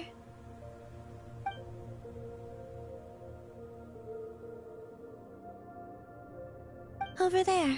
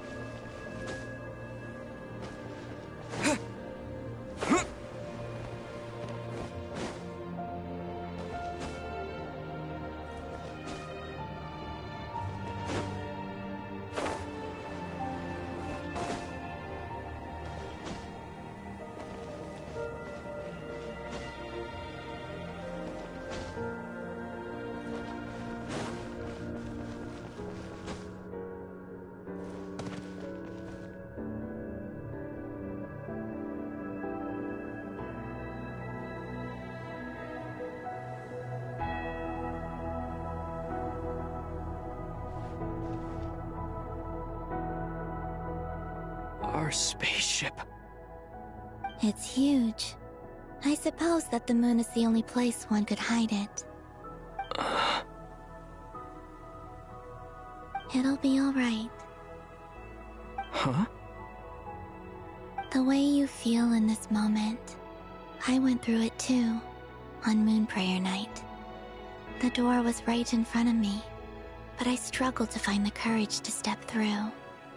Solitude for me once meant living a life in which even I was absent. Before I met you, that was the only life I knew. But that night, solitude meant throwing away the life I had gained after meeting all of you. Columbina. Go. Retrieve the part of your life that was once lost. Trust me, you will lose nothing by doing so.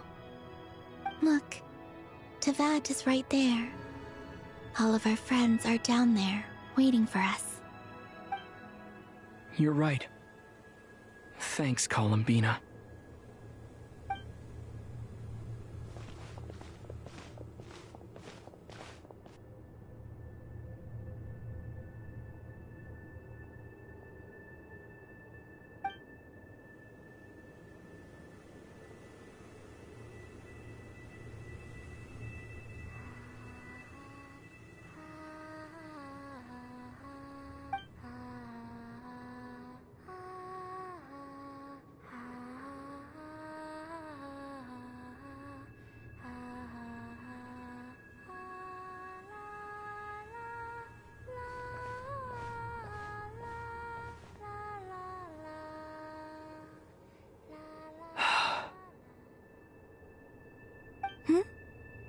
finished? Yeah. Why did you take your eye mask off? Well, since my return, I've decided to take more opportunities to see the world with my own eyes. Besides, I've always wondered how Tevat looks from the moon. And what do you think? It's beautiful. I could spend a whole day here just gazing at it. What about you? What do you think of the truth you found? I haven't looked at another person's expression in a long time, but I think yours is saying it was neither good nor bad. Keep this up, and it won't be long before you give Nephra a run for her money. Oh, I don't think that's going to happen. I'm much more used to sensing what's going on around me with Kuvaki. I think I'll save my eyes for seeing special moments I really want to remember. I read the spaceship's flight logs. I always assumed that this was my first time in Tevat. I thought that Lumine and I must have been hibernating in space for centuries on end. But the logs show that our spaceship flew over the skies of Tevat once before. A long, long time ago. Flew over? So you didn't land? No, the ship barely came to a stop before flying on again. After that, it continued traveling through space for a long time. Some of the data is corrupted, but I suspect that it kept flying for thousands of years. It was only after that that the ship made a forced landing in Nodcry. When Lumine found me, she came from outside the ship. Could this mean that she left the ship long before I did? Maybe even during our first pass over Tevat. Are you alright? Yes, I can feel that the truth is coming together, one small piece at a time. I remember Lumine telling me that when she first arrived in Conria, she could not recall the past. So this might be something that even she doesn't know. Here, I made some space for you. Your mind must be racing, and this seems like the perfect place to relax and clear your head. Oh, wait, there's one more thing. What is it? Wait here a moment.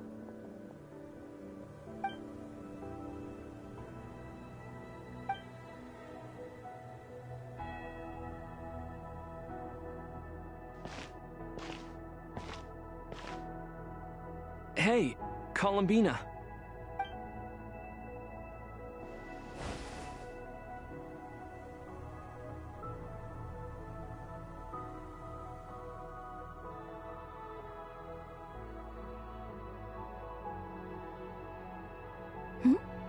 Is that a new outfit? An old one, technically. It's been in a cabinet inside the ship this whole time.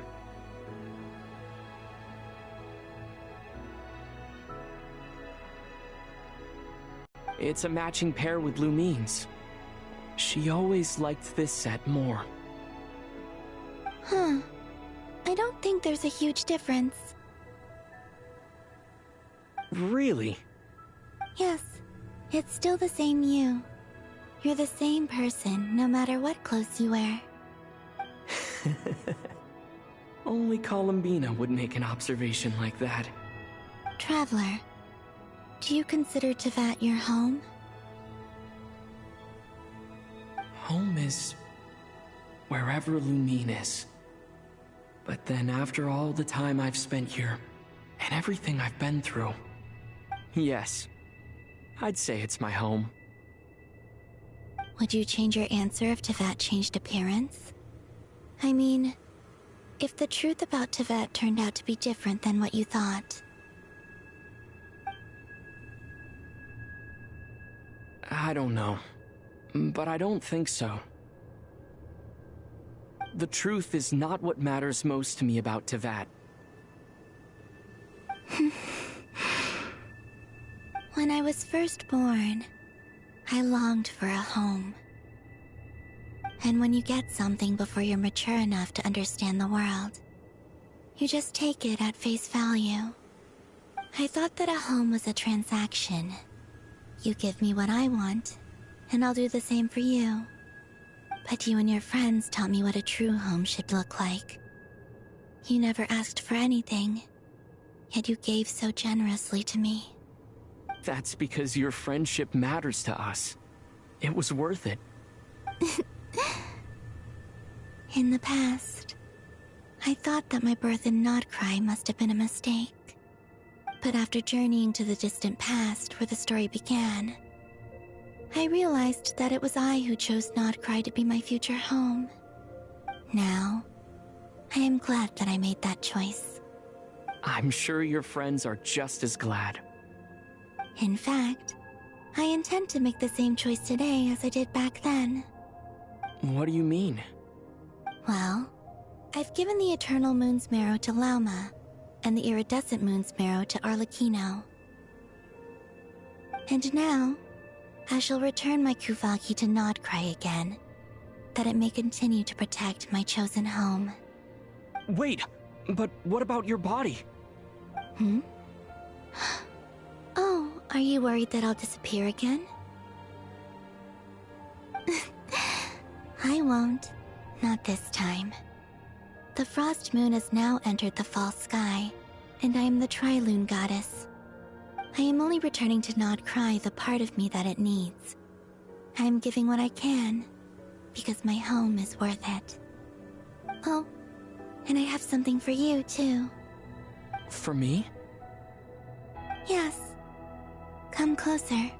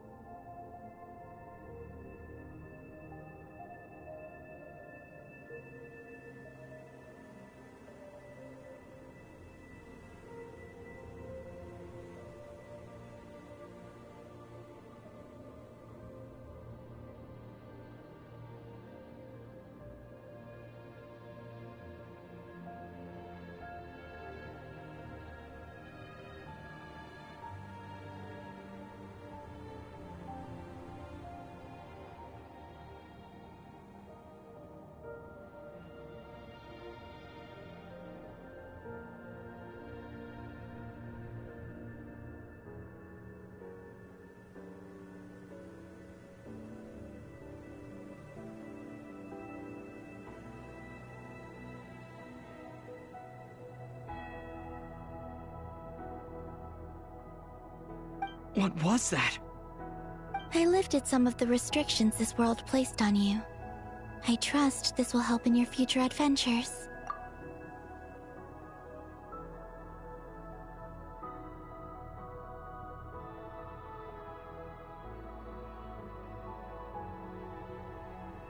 My power.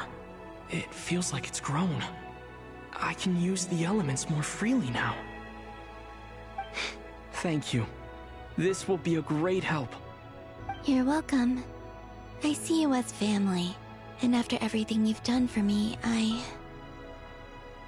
In fact, no. It's not because I owe you. It's because you're worth it. Here. This flower is for you.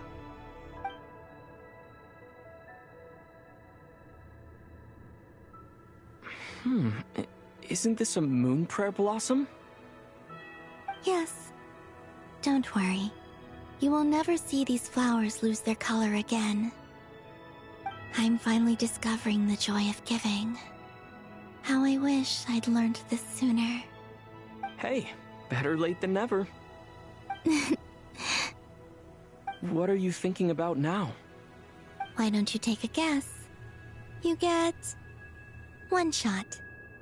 I don't think I'll get it in one guess. But I'm sure it's a happy thought. That's kind of a sneaky answer. I can't say you got it wrong. Down into that, the moon seems so far away. I felt it might always lie beyond my reach. But on the moon, everything feels so close by. The haze that once enshrouded the skies has finally been dispersed. I feel like a traveler on a winter's night, starting a new chapter in my tale by the warmth of a bonfire. I don't have a lot of luggage, but I do have a lot of hope for the future. Well, what's next? Next? To start with, I want to stay here just a little longer. After that, let's return home and continue our journey.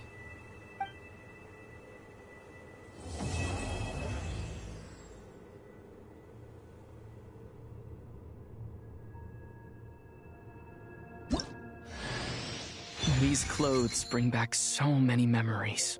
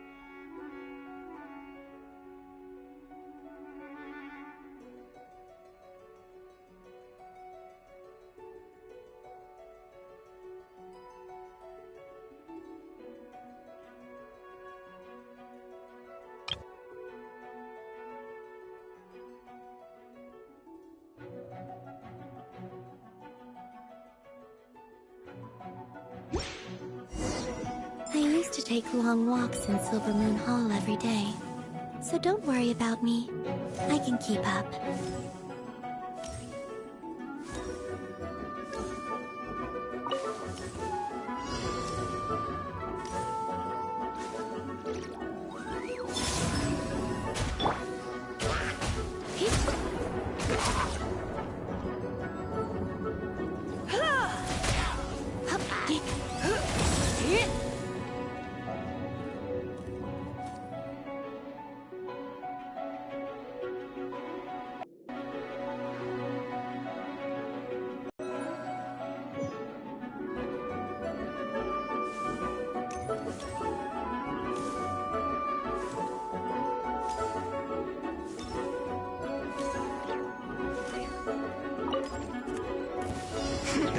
Change of plan.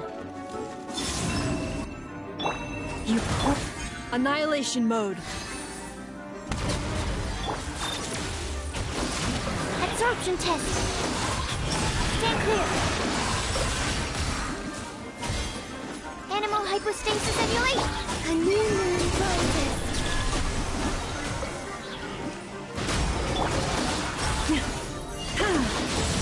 Forest, protect us. Preparing for dust up. Rain.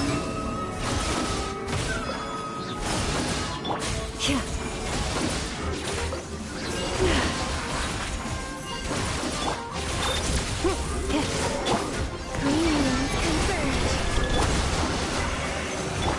By the frost moon of all.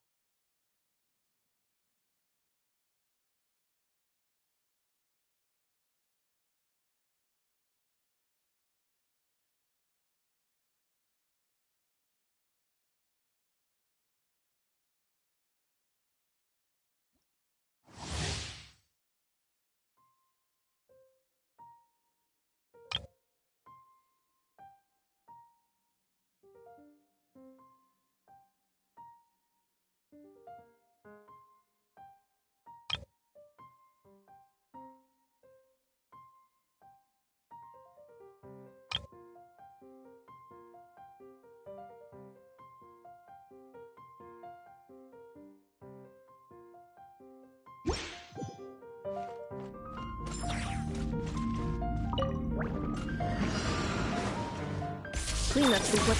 Shadow Raven. Let night. Animal test 6308. Time to act. Let's sit down to business. Ultimatum protocol. To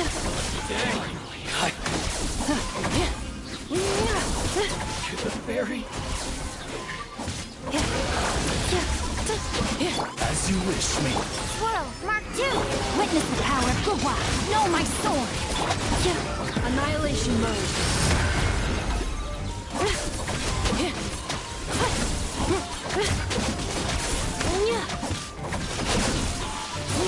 Defensive mode engaged.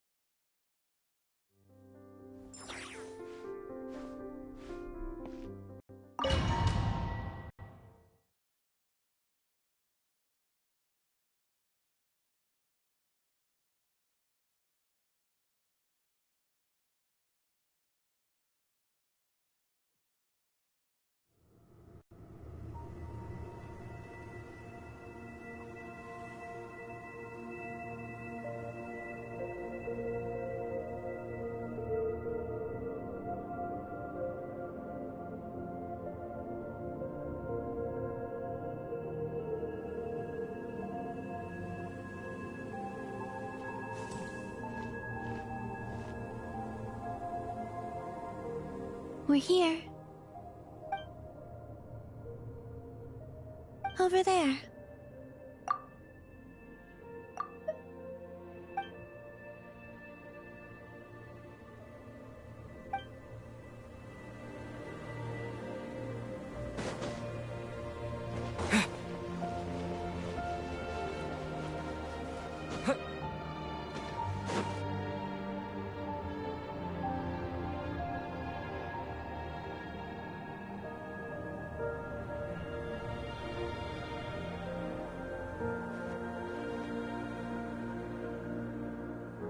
Our spaceship. It's huge. I suppose that the moon is the only place one could hide it. It'll be alright. Huh? The way you feel in this moment, I went through it too, on Moon Prayer Night. The door was right in front of me, but I struggled to find the courage to step through. Solitude for me once meant living a life in which even I was absent.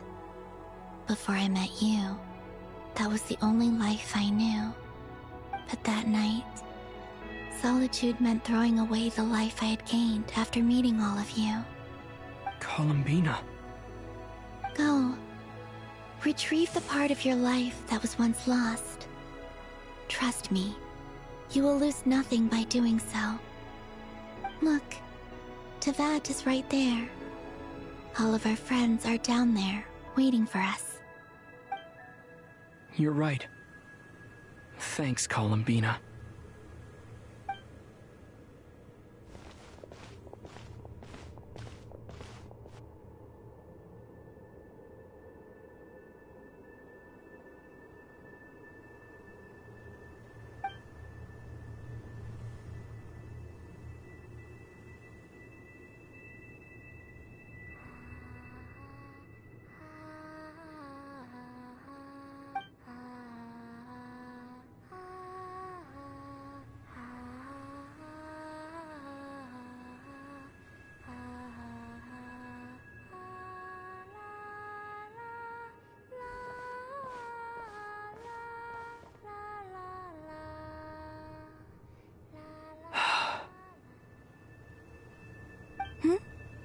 Finished?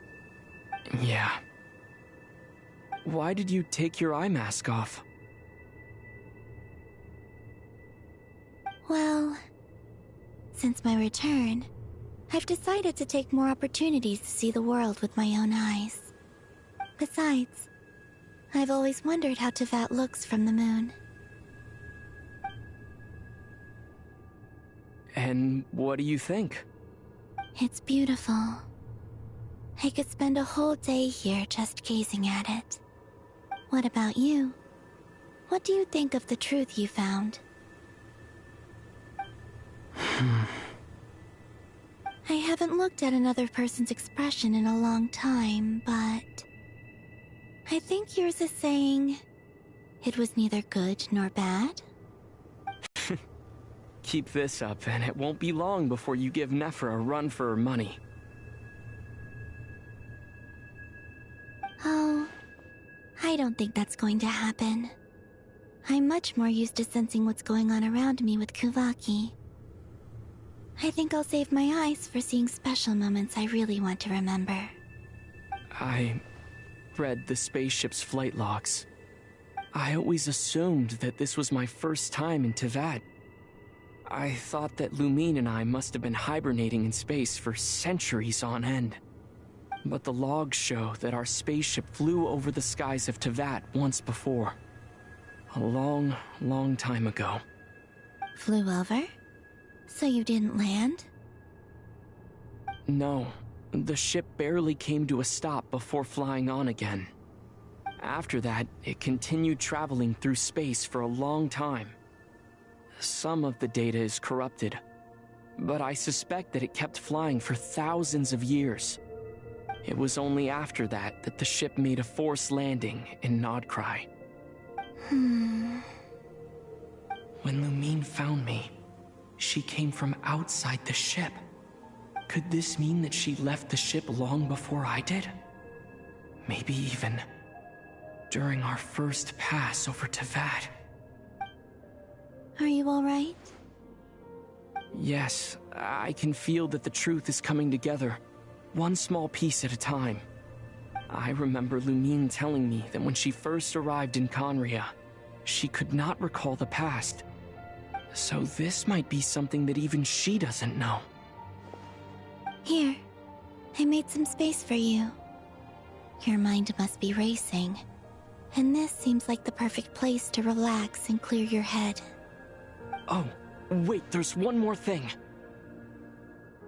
What is it? Wait here a moment.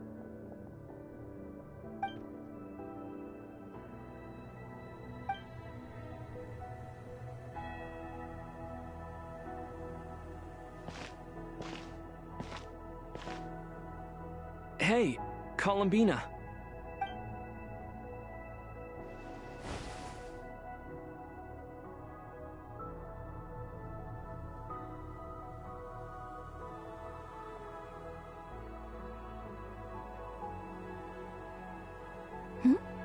Is that a new outfit? An old one, technically. It's been in a cabinet inside the ship this whole time. It's a matching pair with Lumine's. She always liked this set more. Huh. I don't think there's a huge difference.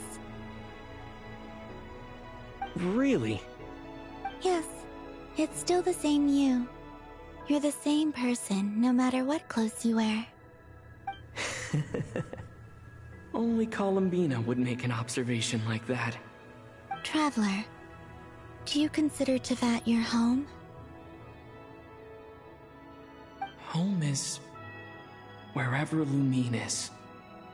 But then after all the time I've spent here, and everything I've been through, yes, I'd say it's my home. Would you change your answer if Teyvat changed appearance? I mean, if the truth about Teyvat turned out to be different than what you thought. I don't know, but I don't think so. The truth is not what matters most to me about Teyvat. When I was first born, I longed for a home. And when you get something before you're mature enough to understand the world, you just take it at face value. I thought that a home was a transaction. You give me what I want, and I'll do the same for you. But you and your friends taught me what a true home should look like. You never asked for anything, yet you gave so generously to me. That's because your friendship matters.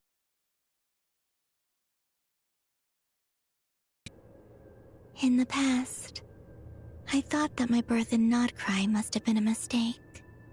But after journeying to the distant past where the story began, I realized that it was I who chose Nodcry to be my future home.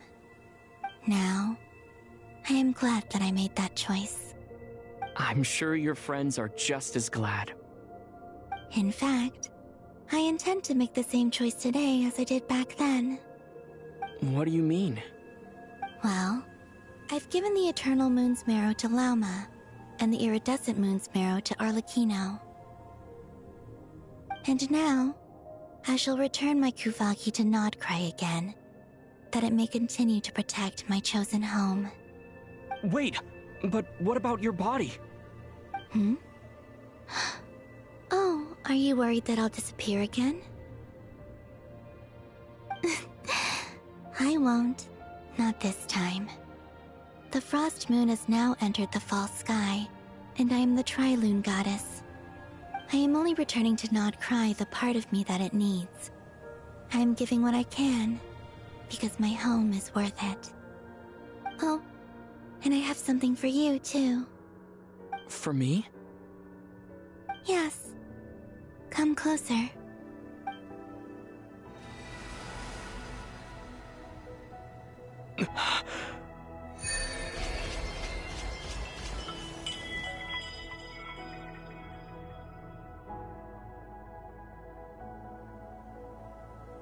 What was that? I lifted some of the restrictions this world placed on you. I trust this will help in your future adventures. My power. It feels like it's grown. I can use the elements more freely now. Thank you. This will be a great help. You're welcome. I see you as family, and after everything you've done for me, In fact, no. It's not because I owe you. It's because you're worth it. Here, this flower is for you.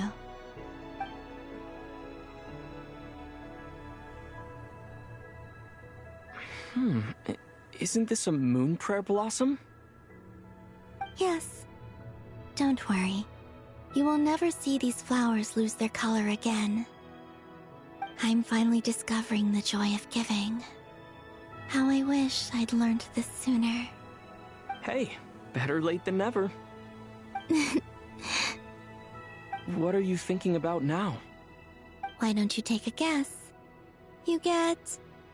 one shot. I don't think I'll get it in one guess. But I'm sure it's a happy thought. That's kind of a sneaky answer. I can't say you got it wrong. Down into that, the moon seems so far away. I felt it might always lie beyond my reach. But on the moon, everything feels so close by. The haze that once enshrouded the skies has finally been dispersed. I feel like a traveler on a winter's night, starting a new chapter in my tale by the warmth of a bonfire. I don't have a lot of luggage, but I do have a lot of hope for the future. Well, what's next? Next? To start with, I want to stay here just a little longer. After that, let's return home and continue our journey.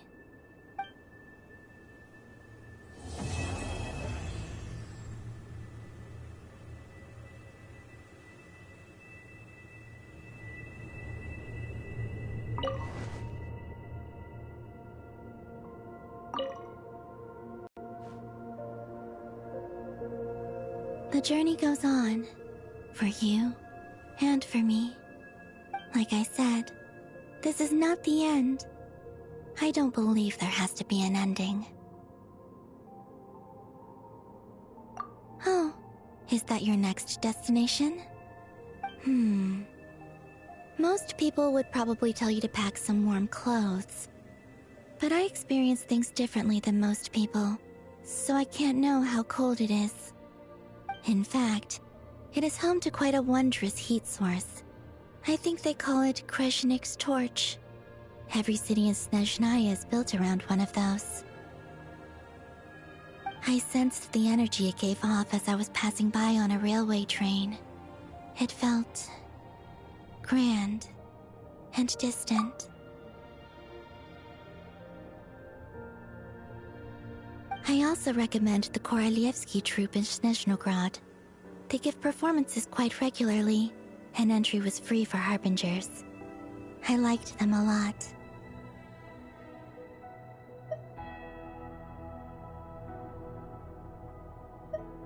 Oh. Most people would probably tell you to pack some warm clothes. But I experience things differently than most people, so I can't know how cold it is. In fact, it is home to quite a wondrous heat source. I think they call it Kreshnik's torch. Every city in Snezhnaya is built around one of those.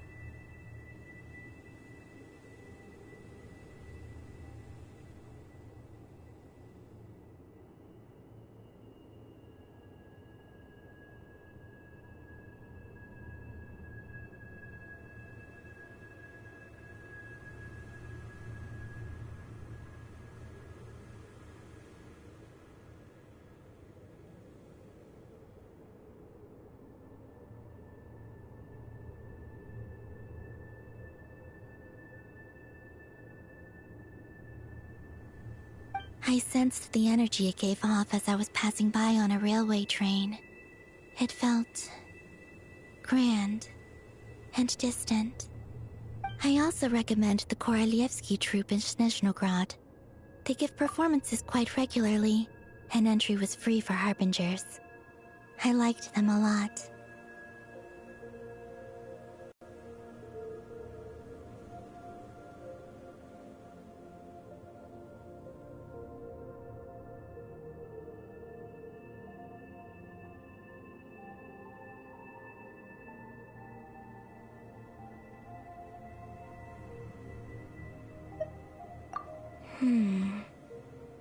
Ice cold and sharp. Crystal clear in some ways, yet profoundly unfathomable in others. Like the thick layer of ice on top of a frozen lake. That's just the impression that Tsaritsa gives me. I was never able to glimpse what truly lies beneath that icy exterior. In fact, I don't think the people of Snezhnaya even know what kind of power their god wields. Maybe that's because the Tsaritsa herself has never acknowledged, nor accepted that power. There's Regrator, the Rooster, and the Jester. Between them, they control a lot of what happens in Snezhnaya, but I can never wrap my head around how exactly power is split between them. I just know they are each responsible for many specific domains. I noticed that the Rooster and Regrator often appear to get along on the surface, while working against each other in secret. And theirs is not a friendly rivalry. But I wasn't particularly interested, so I tended to keep my distance. Now that I think about it, the term Mistelton often seemed to come up in connection with Project Stuja.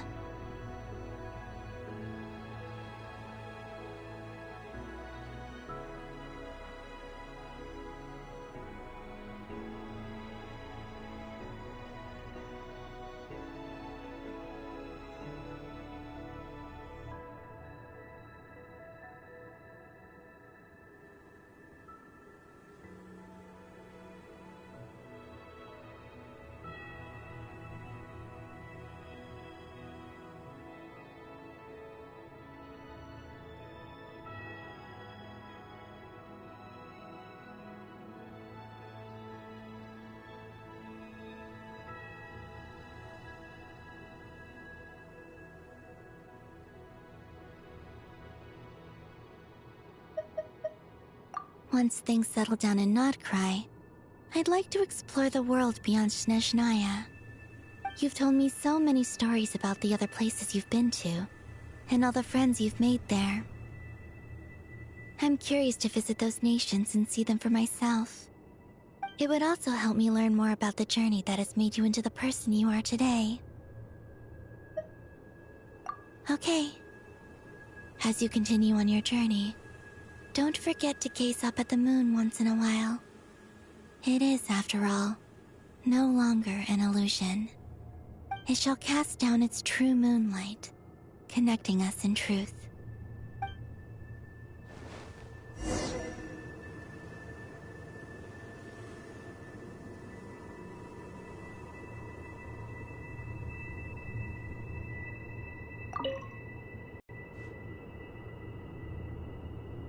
The journey goes on, like I said. This is not the end. Okay, it shall cast...